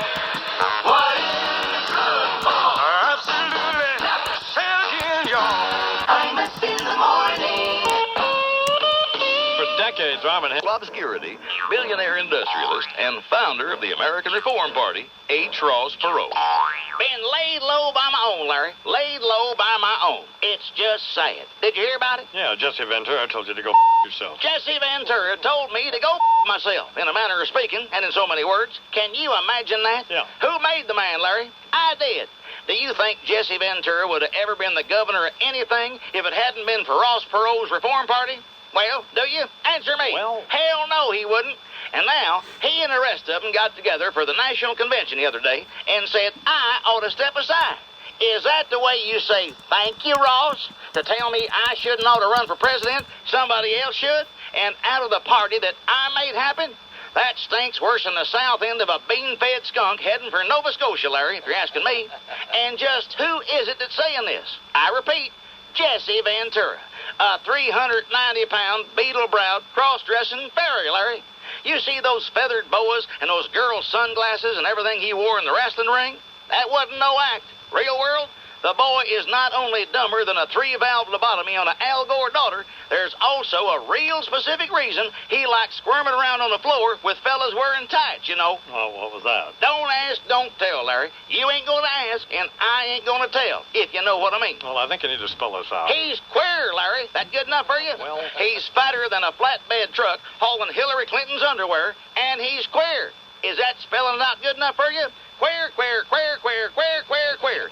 Jesse the Fat Flip Ventura, okay? Can you support that? Of course not. But I can back up that he's a fathead and a sham and a stone-cold clown who put one over on the voters of Minnesota that the red Chinese would envy, Larry. I mean, those people have got to have the collective IQ of a clam bed to elect that bastard to anything. And can you tell me why the hell Tim Russert keeps having the fathead on his Sunday morning TV show? Can you? What do you got, trench mouth? Well, I guess he Hell no, you can't. But there he was, just last Sunday, looking like a 2-pound toad on a gnat's hind end, butchering the English language worse than a Santo Domingan shortstop. And Russert, your buddy, lapping it up like a lovesick heifer watching a bull with a woody. Just disgusting, Larry. Let me out of here. You want a soundbite? No. Ross to Ventura, you better take heed, because this little runt's got the time to make you bleed. Fair warning. I like that shirt, bro. Beep, beep, beep, beep. Oh, let's see. His old gum. No. That's mine. Chuck's on his knees down there. I don't see it. Well, it's stupid anyway. Why is it stupid? It works. Well, where's Warner? He's in the newsroom. Preparing for the next funny sportscast. The I-Man. Nixon. It's 25 till the hour. All right, here now with comment and observation on headline issues of the day, Imus and Washington's senior political analyst, the late Richard M. Nixon. Yes, indeed. And thank you very much, as always, Imus, in the morning, for the opportunity, no, the privilege, by golly, of joining you on your very fine program. And especially at a moment when I have rejoined the forefront, as it were, of the presidential electoral process, as perhaps you've heard. The Gore thing. The Gore thing, exactly. If I may review very briefly. During his press conference the other day, the president, hereinafter known as the petulant pantload putz from Haybale, Arkansas, was saying he doesn't mind that Al Gore is trying to put some distance between his campaign and the Clinton record, because, Bubber claims, voters want a vice president to do that. And then he says, just look at Richard Nixon. He did the same thing when he was running back in 1960. Nixon! Me, for God's sake. This fathead likens Al Gore to Dick Nixon when I was trying to unstick myself from that grinning baboon Eisenhower. Now, is that the way you champion your party's presidential candidate? By comparing the sorry bastard to Richard Nixon? Jesus, man, I retired the Calumny Cup. What is that? The trophy given annually to the world's most loathed lying lizard. Yours truly. He invokes the name Nixon, talking about this buffoon who's already on the ropes. God almighty. Let's hope no reporter ever asked Clinton about Gore's stiffness. I can just hear the response now. Yes, well, you're right, Claire, but you remember how stiff Hitler was? Fine orator, but stiff, very stiff. For God's sakes, don't you know the Gore people wish this hick would just stick to trying to get his pole smoked by the entire U.S. women's soccer team for the next 16 months and butt out? Oh, and will those soccer people ever go away, for crying out loud? I mean, they won, sure, but who'd they beat? Another bunch of girls. What the hell's the big deal? I'm sorry, but I just don't get that. Oh, and Brandy, not for nothing, sweetheart, but put it on, honey, okay? Brandy Chastain stripping off her jersey reminded me of when Pat would disrobe back there once in a while. She'd lie down on the bed, wink at me coquettishly, and I'd go over and iron a shirt on her. Jesus, get away from me. Anywho, where the hell was I? Gore. Ah, yes, Gore. Point being, and don't you just know Hillary is in a fetal position somewhere, waiting for Mr. DNA to stick his nose into her idiotic Senate race. She should have Vince Fostered him back there when she had the motivation. Look, either William Jefferson puts a lid on the running commentary about poor Al, or we just hand the nomination to Bill Bradley, now, by acclamation. The only thing Clinton hasn't said about Gore, in my view, is that he's caught a case of the crabs and has stopped beating his wife. Ouch! The Democratic Presidential Sweepstakes Assessment through the Dick Scope today, I do, by Dick Nixon, who, by the way, got his butt kicked back there in 60 before he became a president of the United States. I mean, eventually, you know. Fine. Imus in the morning, 2020 Sports with Warner Wolf. Keep those teethers in your mouth, Warner. You could bite somebody. Good morning, Warner. Good morning. Thank you, I-Man. This Imus in the Morning Sports Report is brought to you by Sprint PCS. Experience the clear alternative to cellular today. Baseball National League, the Mets with 6 doubles in the second inning, one shy of the Major League record, beat the Expos 7-4. 40-year-old Oral Hershiser won his 200th career game, an average of 5 games per year. After the game, Hershiser on his performance. I'm kind of a one-pitch wonder right now. My breaking ball almost hits people, or I bounce it, and my changeup's kind of average. So I'm on my last leg every inning. Come on, have the guy win 200 ball games. American League, Yanks beat Tampa, and the Red Sox lost. David Wells beat the Indians, so the Yanks lead the Red Sox and Jays by 6, with the Indians coming to Yankee Stadium. Here's manager Joe Torre telling WFAN's Chris Russo, bring on the Indians. I think Cleveland, with the comfortable lead, they know they're good, but, you know, some days it may not be there intensity-wise. That's something they'll put on the board, right? It's a big diss. Where's the intensity? Yeah. Speaking of the Indians, what a blunder by Indians manager Mike Hargrove. On the lineup card before last night's Indians-Jays game, Hargrove listed Alex Ramirez in right field and Manny Ramirez as the DH, but forgot to tell the Ramirezes. What? Idiot. As a result, Manny, the DH, mistakenly ran out to right field, Manny! thus eliminating the Indians' designated hitter and causing the pitcher Charles Nagy to bat. Yo, what's up with you, man? After the game, Hargrove on his blunder. We've got a system set up of checks to make sure something like that doesn't happen. This is the first time in 12 years I've managed it I've ever had anything like this happen. And that's once too many. Well, I would think so. Bingo. Come on. Set yourself on fire, stupid. That's right. Mark McGwire hit number 33 yesterday, 490 career, 3 behind Lou Gehrig.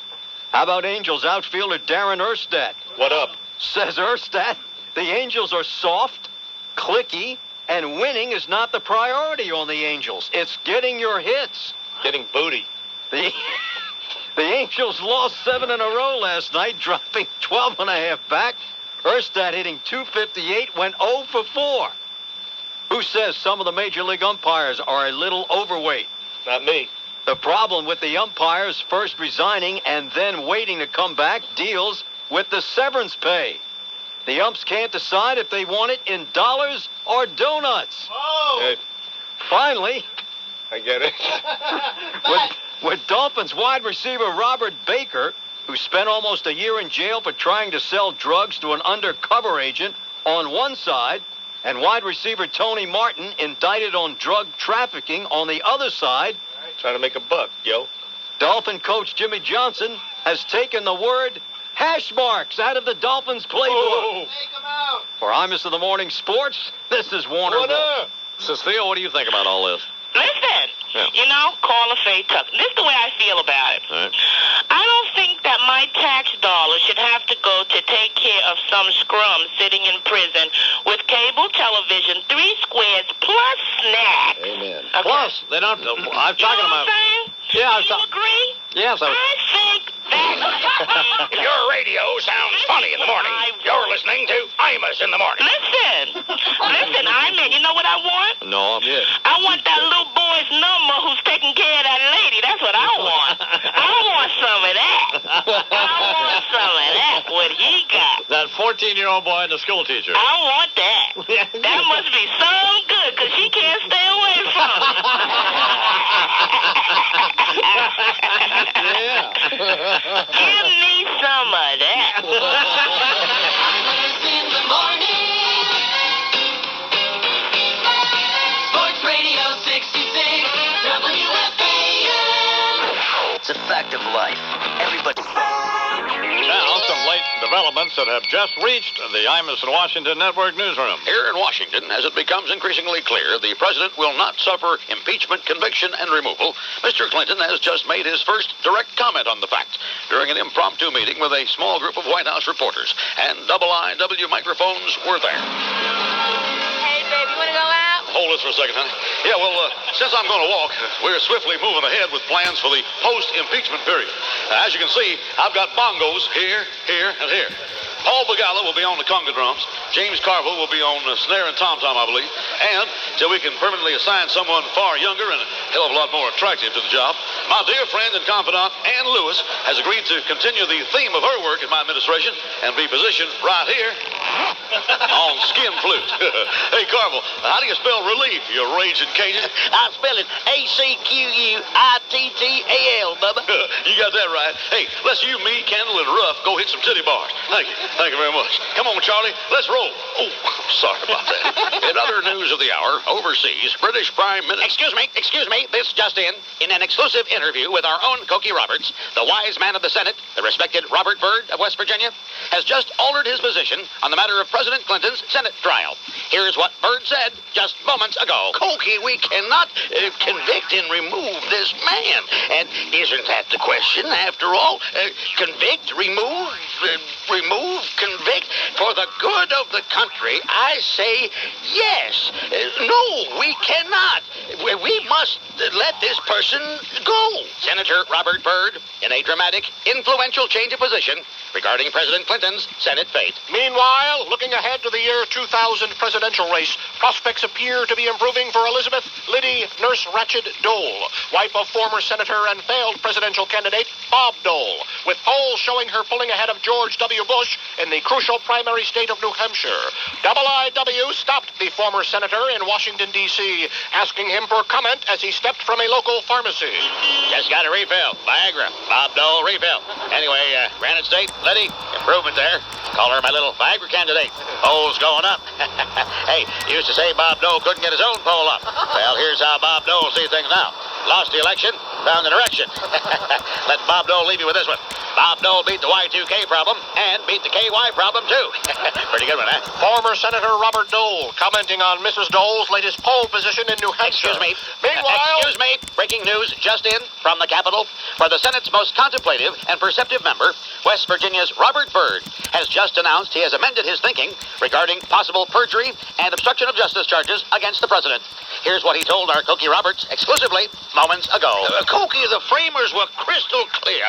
These are high crimes. So do we remove or do we not remove? I say, of course. West Virginia's extraordinarily influential Senator Robert Byrd with a clarification of his earlier position statement. Also in the headlines, Texas Senator Phil Grant, ardent critic of the move to design a censure of the president, continued his outspoken opposition, speaking on the steps of the Capitol building. I'm not going to be railroaded on letting this president off the hook.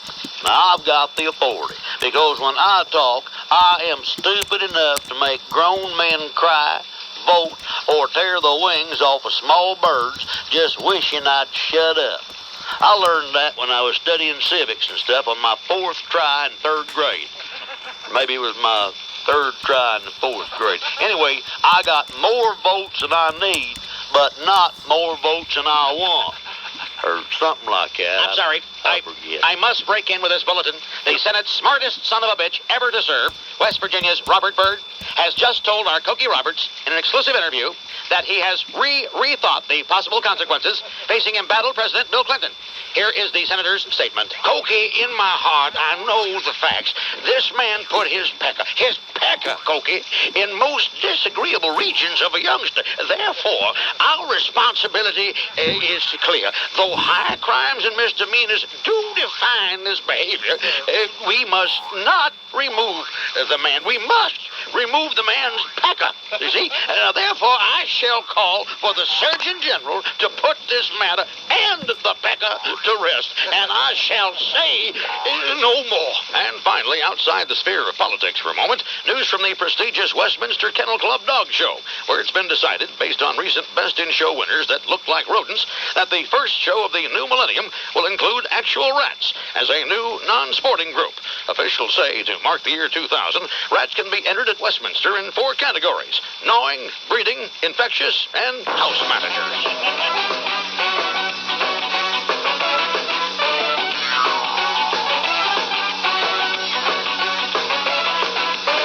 I've had my indiscretions, I have been known to cheat, but she's got her own obsession, a New York Senate seat. They call her a carpetbagger, 'cause she's from out of state. She's got eyes like daggers, she's the one everybody hates. You hate the way she shows off well, but as in her campaign, after living with my crazy wife, I almost went insane. So I really feel your pain. Uptown East Side now, living as a New Yorker. Good shit pulling out, her chances are mediocre. I wish that hill was dead, Peter Lowy would like to choke her.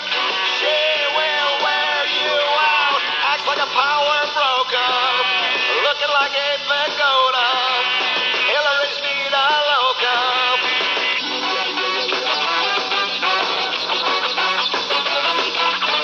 Moving up to New York City, live in a fancy sweet hotel. She'll make you part with all your money, she'll make your life a living hell. The way that she gives orders makes this monster go insane. And just to get away from her, he put a bullet in his brain. Yet she'll take none of the blame. Uptown East Side now, living as a New Yorker. Good shit pulling out, chances are mediocre. Wish that hill was dead, Peter Lowy would like to choke her. She will wear you out, hanging out with Al Roker, hanging out with Tom Brokaw. Hillary's vida loca.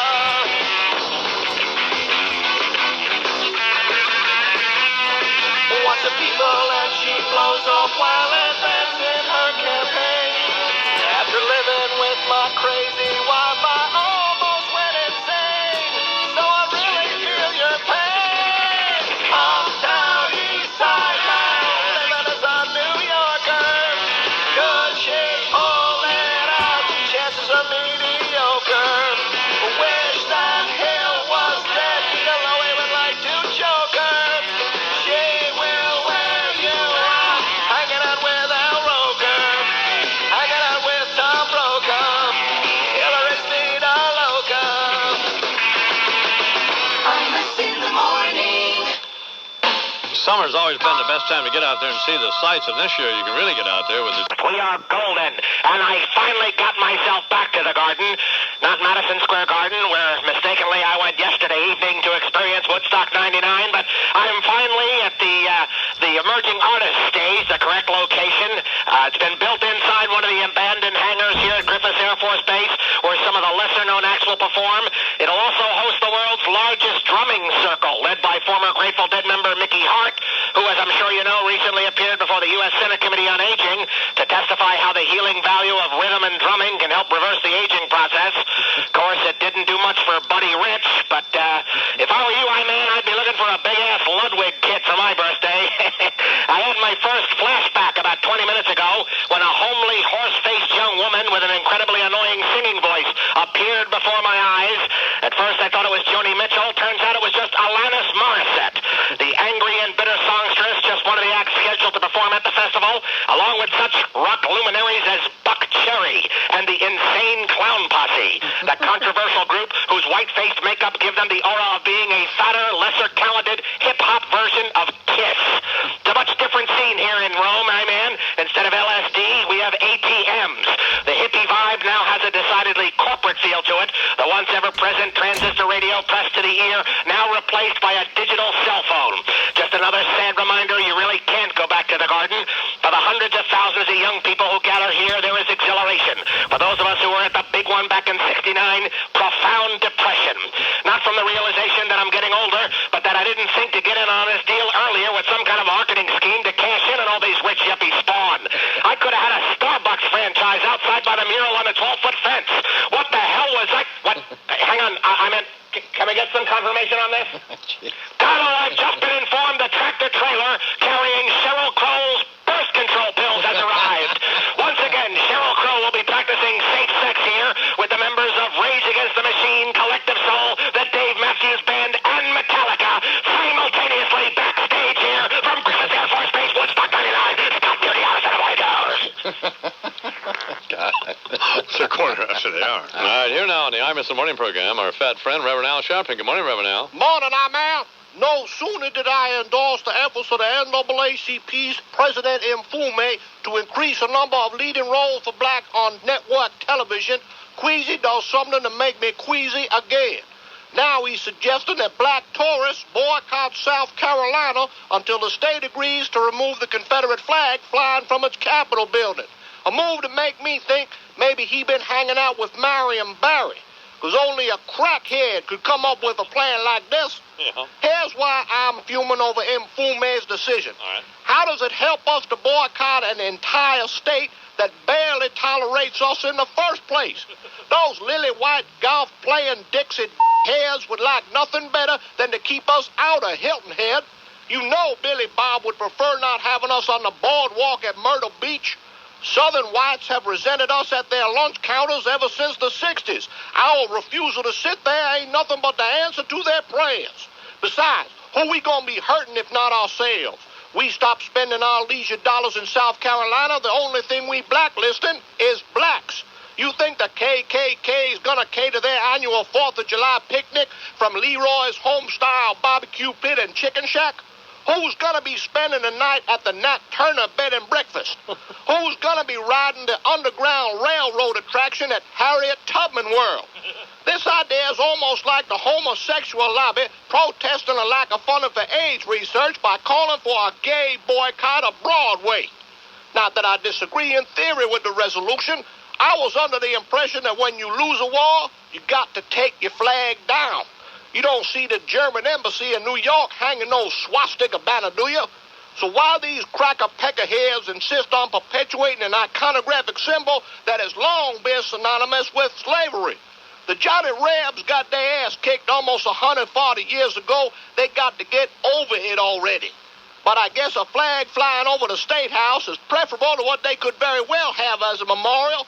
Some kind of redneck monument with a statue of a Confederate soldier with his foot on the neck of a slave with the inscription, "The South shall rise again." They can keep hanging their flags so long as they don't start hanging us again.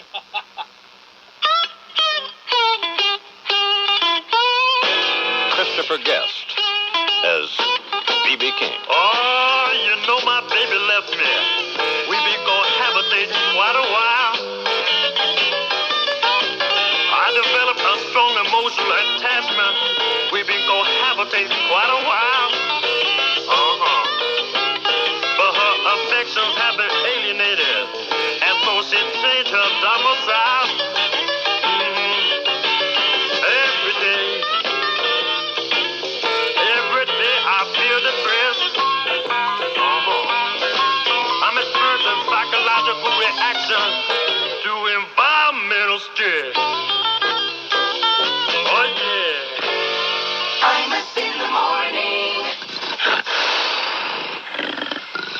What you are hearing is the... One says 10 says Hillary, she ain't the sharpest tool in the shed. Well, hon, you did look pretty dumb when you said sorry about your son to the lady who went thanks, but he's not dead. Well, I hear them humming, but still you're running, and I have to admit nobody's more cunning. Guess you don't care that the whole world thinks you're more irritating than Jar Jar Binks, but no one knows who it will be, either you or Mr. Giuliani. You never know how it's gonna go. Whoever wins the one who's got the most dough. Hey now, you're an upstart in the New York campaign. Hey now, get a head start, make it your own domain. All that matters is vote. Sometimes bleeding hearts get too cold. It's a cruel place, Hill, you gotta remember. You think it's tough now, wait till next November. Cause the media, they love to nag you, calling you a dirty, rotten carpetbagger. Consider this, at least you don't list. It's a whole lot of babies and asses to kiss. Rudy's got his world and you got yours. Both of you addicted to hearing applause. Hey now, you're an upstart in the New York campaign. Hey now, get a head start, make it your new domain.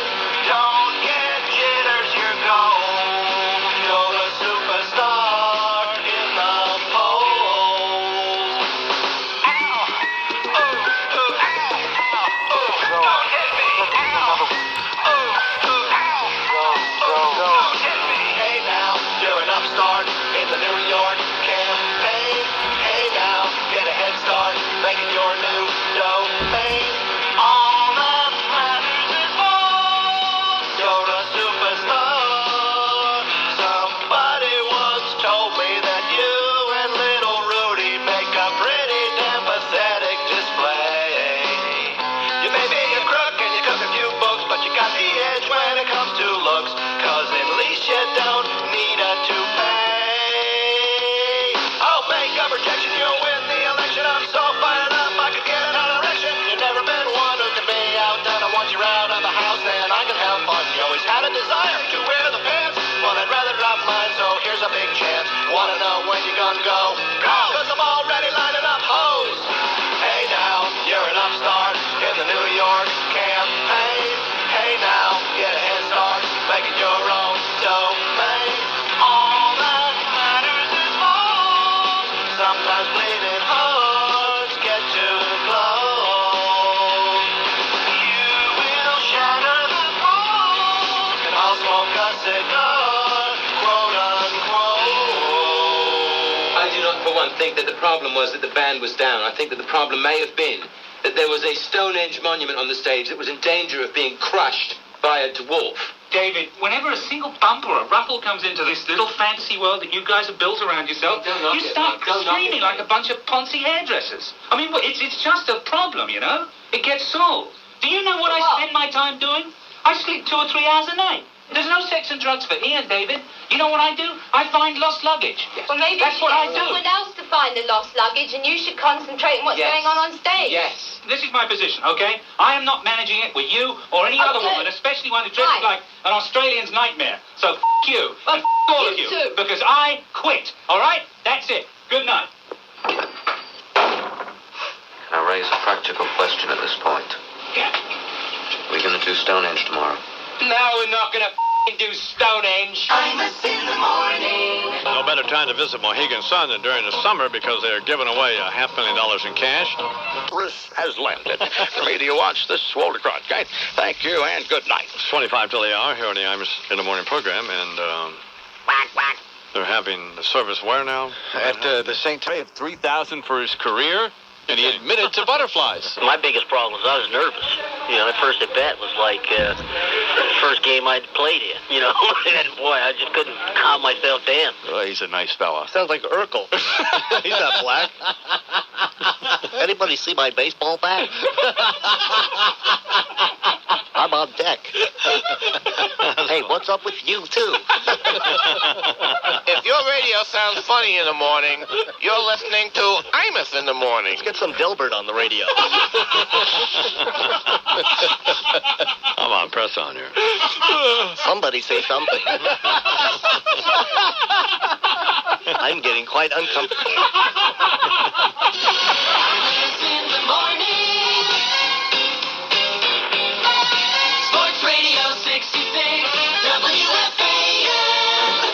heard me talk about how Dr. De La Russo has used... Jason's Fan Highway Patrol. Imus in the morning, 2020 sports with Warner Wolf.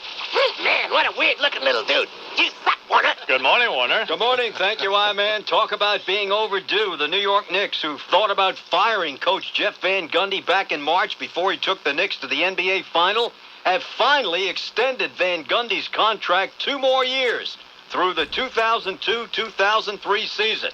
Meanwhile, after the Knicks summer camp workout yesterday, Van Gundy was asked his assessment of Knicks 7'1" number 1 draft choice, Frederick Weiss of France. He's big, and he seems to be coachable, but I don't know how he'll. Who knows? Who knows? Not exactly a ringing endorsement for the number 1 draft choice. Not at all. No. I don't hear one. Tonight, David Cohn, fresh from his perfect game Sunday, tries to do what no one else has done except for Johnny Vandermeer in 1938, and that's pitched 2 back-to-back no-hitters. Last night here in New York, the MSG Network showed Cohn's perfect game from Sunday, and it turned out to be the same. You're kidding. Not one Expo batter reached base. Stop it. What? And the same 41,000 fans showed up. Oh, man. 40-year-old Oral Hershiser won his 200th game last night. That's an average of 5 wins per year. After the game, Hershiser on his performance. I'm kind of a one-pitch wonder right now. My breaking ball almost hits people, or I bounce it, and my changeup's kind of average. So I'm on my last leg every inning. Come on, how'd the guy win 200 games? 5 wins per year? Yeah. 40 years old, 200 wins. Right? No. Huh? No. Bad math? Just a moron. What is that? What is that? Well, what's that come out to? What is that? Everybody's in there. Okay. Mark McGuire hit number 33 yesterday. Or did he? Swing, and there it is, along with the right field. Is it enough? No. Tucker at the wall, leaps, it is a home run. It goes over. Where was he at this point last year? How many hit he get? McGuire, 30. I think he had a little more. Like, You don't know. In other words. after the All-Star break, yeah, he had more. Yeah. In fact, I remember interviewing him when I haven't said anything yet. This is sad. He said unless anybody has 50 entering September, it's not even useful to talk about it. Oh. So he was, I think he was in his 40s in late July. Oh, he was? Yeah, I think so. Yeah. So that call by Mark Shannon of KMOX. So he may not even hit 50 this year. Oh, he'll hit 50. He'll hit 17 more home runs. Oh, he will? Barring injury, sure. Oh, okay. Oh, yeah. He won't break 70. No. No, I don't think so. No. How about Sammy Sosa? Well, Sammy Souser, he has 34. Oh, he does? Yeah. How about Ken Griffey Jr.? Griffey has 31. How about Willie Mays? You want to trap me? 660. He sold 41 cars. You got more? Come on, man, let me hear it. Hank Aaron. Hank Aaron? 714. Wrong. 715. Wrong, man. What? 755. Oh, well, whatever. Well, Hank Aaron was such a great ball player. I mean, you could pick any number that'd be appropriate. I always liked Hank Aaron. That's weak. Lame. Did you always like Hank Aaron? Sure. I always of course. did. That's irrelevant. But he was bitter, though, wasn't he? Whining No, about it. no. Oh, he wasn't? No. Okay. Pretty classy. No. All right. Oh, no. That's great. Don't mess with You got any more, man? No, just You're trying to fish me in like Ron and Santa. I know. I know that was coming around. I was trying to, actually. I know. Anyway. Don't mess with the baseball owners. Baseball has hired 10 AAA umpires on a permanent basis beginning September 1st, just 1 day before the umpire's scheduled resignation. Bottom line, no matter how good an umpire may be, nobody pays to see an umpire. That's it. With Dolphins wide receiver Robert Baker, who spent almost a year in jail for trying to sell drugs 3 times to an undercover agent on one side, and wide receiver Tony Martin indicted on drug trafficking on the other side, the Dolphins have scheduled 3 home games at the Florida State Penitentiary and have removed all hash marks from the field. What? Quarterback Eric Kramer, cut yesterday or Tuesday by the Bears, has signed a 2-year deal with the Chargers. When was he cut? Tuesday. Okay. Which is it, midget lips? Midget lips? Wait a minute. That's a little harsh. Whoa. God. Midget lips. Come on, dwarf ears. Kramer, after arriving yesterday at Chargers training camp, said, "This isn't training camp. It's Club Med." There you go. Pre-Olympic basketball in San Juan, the U.S. beat Puerto Rico 115-76. And finally, God, makes you thankfully. if you thought the I-Man would be in a great mood just because it's his birthday, you lost! For Imus in the Morning Sports, this is Warner Wolf. Imus in the Morning Flashback. Now, going down for the third and absolutely final time, America's grassroots populist billionaire, H. Ross Perot.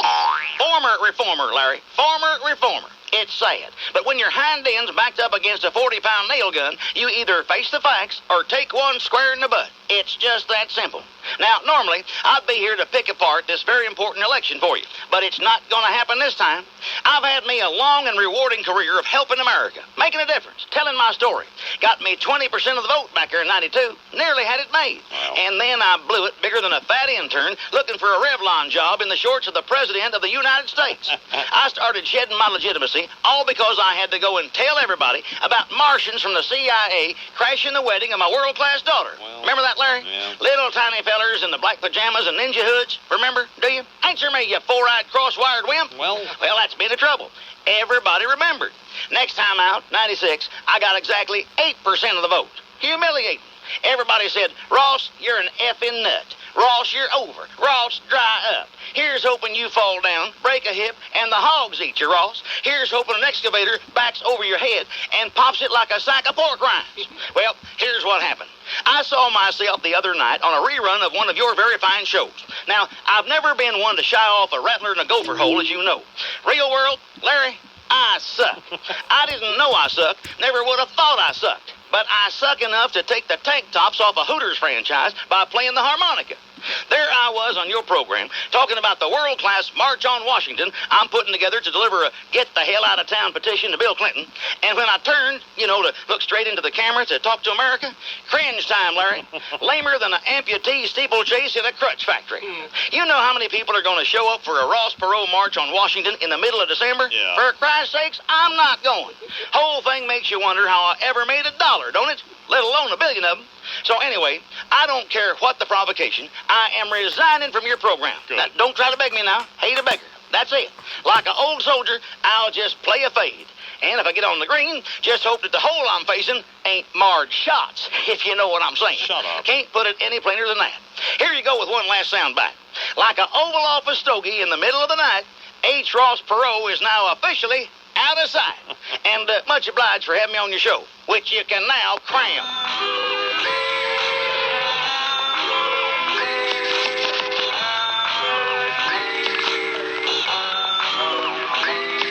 Look out, here come the I-Man, more stupid dope and simple Simon. Dime Imus, dropping dimes on all the social climbers. Take a distant people like a duck take the water. Took a hottie for a wife, young enough to be his daughter. Got a sidekick named Chuck, long time they've been together. And a disposition like his face, tougher than shoe leather. Brother Fred on the phone, it should be illegal. Frontin' for Fujifilm, Mohegan son of Jeep Eagle. Got more Benjamins than in the whole Wall Street Journal. Was so drunk one time, used a phone booth for a urinal. But now he living day to day, guided by serenity. But still get his kicks every time he dug Ted Kennedy. 1 minute he a dirty mouth, the next he a pedagogue. Bite the hand that feed him like a little rabid prairie dog. You may get off easy if he happen to be fond of you, else he cut you down like an Italian ski gondola. But when you see him run amok like a schmuck, better duck, don't press your luck, cause Imus just don't give up. Making cash, being brash, talking trash, better cover your ass, cause Imus just don't give up. Riding in his limousine, people say he mean when he bent his spleen, but Imus just don't give up. You may think you tough, but he call your bluff, tell you can't suck enough, cause Imus just don't give up. Won't be dismissed, sit dizzy for no reason. He got a gun and it's always open season. Hot treason, if you change the dial, when he drone on and on like the O.J. Simpson trial. Simultaneously juvenile and senile, in a 6X fever and a red bandana. Screaming that he got more juice than Tropicana. Ain't no Pollyanna, his methods is sinister. Preaches like a minister while the pain he administer. Take no prisoners, doing life with no parole. Out of control, stealing a pen from Bob Dole. Colder than the ass of a lesbian Eskimo. Making millions out of turquoise buffalo. Made the cover of Newsweek, the Time influential list. Talk like a Philistine, but act like a philanthropist. Ain't no faker, cause he a kingmaker. Now get your wallets out, cause guess what? He's selling more ranch acres. So when you see him run amok like a schmuck, better duck, don't press your luck, cause Imus just don't give up. making cash, being brash, talking trash, better cover your ass. Cause Imus just don't give up. Riding in his limousine, people say he mean when he vent his spleen. But Imus just don't give up. You may think he's tough in the morning. The weird summer of fun is back. Most meetings are scheduled. 1999 CBS Radio, all rights reserved. Imus in the Morning is a presentation of WFAN and Westwood One Entertainment. It's the right thing to do. This concludes the entertainment and revenue-generating portion of your broadcast day. We now return you to the rest of your local programming schedule, an indecipherable embarrassment of broadcasting incompetence that compelled the station to subscribe to the Imus in the Morning program in the first place. The entertainment and revenue-generating portion of the broadcast day, the Imus in the Morning program, will resume Monday morning. Check your local listings for time and schedule. All day, every day, keep your radio locked in to the Fan, Sports Radio 66, WFAN New York, an Infinity Broadcasting station. WFAN 2020 Sports. Good morning. At 10 o'clock, this is Rich Ackerman, the 1-0. I'm big, I'm a center, and I can catch the ball. And somebody said, Frederick, the idea is putting the ball in the hoop. Anyway, that's a wrap on today. Our thanks to the Mets, Oral Hershiser, Yankees, Brian Cashman, Fast Eddie Scazzeri, Davening Dove Kramer across the way, the Bagel Baron, Rich Ackerman with his A&M Bagels and his updates, and you the fans till next time. Sweater and the Schmoozer saying bye-bye, so long, and farewell. Sports Radio 66. The Fan. WFAN. Boomer Esiason. Good morning, Mr. Esiason. Good morning, Imus. How are you today? Do you play golf? Yes, I do play golf. What are you doing on September 27th? What day is that? It's a Monday. Didn't you just introduce me as a host of Monday Night Football? God, that's right. God, I mean, does it get any dumber than that? I mean, come on. How's Sims? Is he any good? Sims can play. Is he as good as you are? We know he was a better quarterback. We're just wondering if he was a better golfer. All you got to do is compare the statistics, buddy. Your radio sounds funny in the morning. You're listening to Imus in the morning. I just didn't think about Monday Night Football. I don't know why I didn't. So. Well, maybe that's the impression that I've given you on Monday night. You just figure I'm not even there. That's not true either. No, you won't shut up, as a matter of fact. In fact, you got rid of one. Now it's just a two-man booth, as we all know. So. That's right. It's just me and Al. That's right. That's enough. One more to go. Imus in the morning on the Fan. Sports Radio 66. WFAN. An Infinity Broadcasting station. WFAN 2020 Sports. Good afternoon, and 1 o'clock, this is Rich Ackerman for the Imus in the Morning program, weekdays from 5:30 until 10. Mike and the Mad Dog.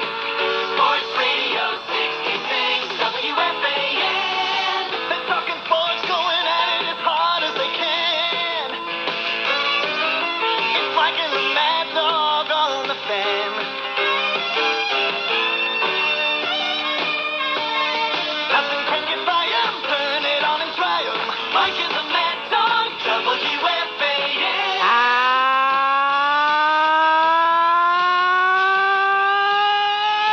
Good afternoon, everybody. How are you today? The Mike and the Mad Dog radio program for this Friday in New York, 23rd day of July. No, check that. Is that the 23rd? Yes, it is. 23rd day of July, 1999. A Friday. Good to have you with us. 718-937-6666. That's your two-way sports talk telephone number. We are here until 6. Connie Carlin and, of course, Joan Chin as we chat to you. All right, a couple of things to do today. And we got Mike Hargrove today, and we'll have some baseball for you, have some laughs. You know, sometimes when you have your dad, you have an uncle, or, you have an older brother who says, boy, you should have been... This is John Minko, WFAN 2020 Sports. The 50,000-watt clear channel voice of the Mets, Jets, Knicks, and Rangers is the Fan, Sports Radio 66, WFAN New York.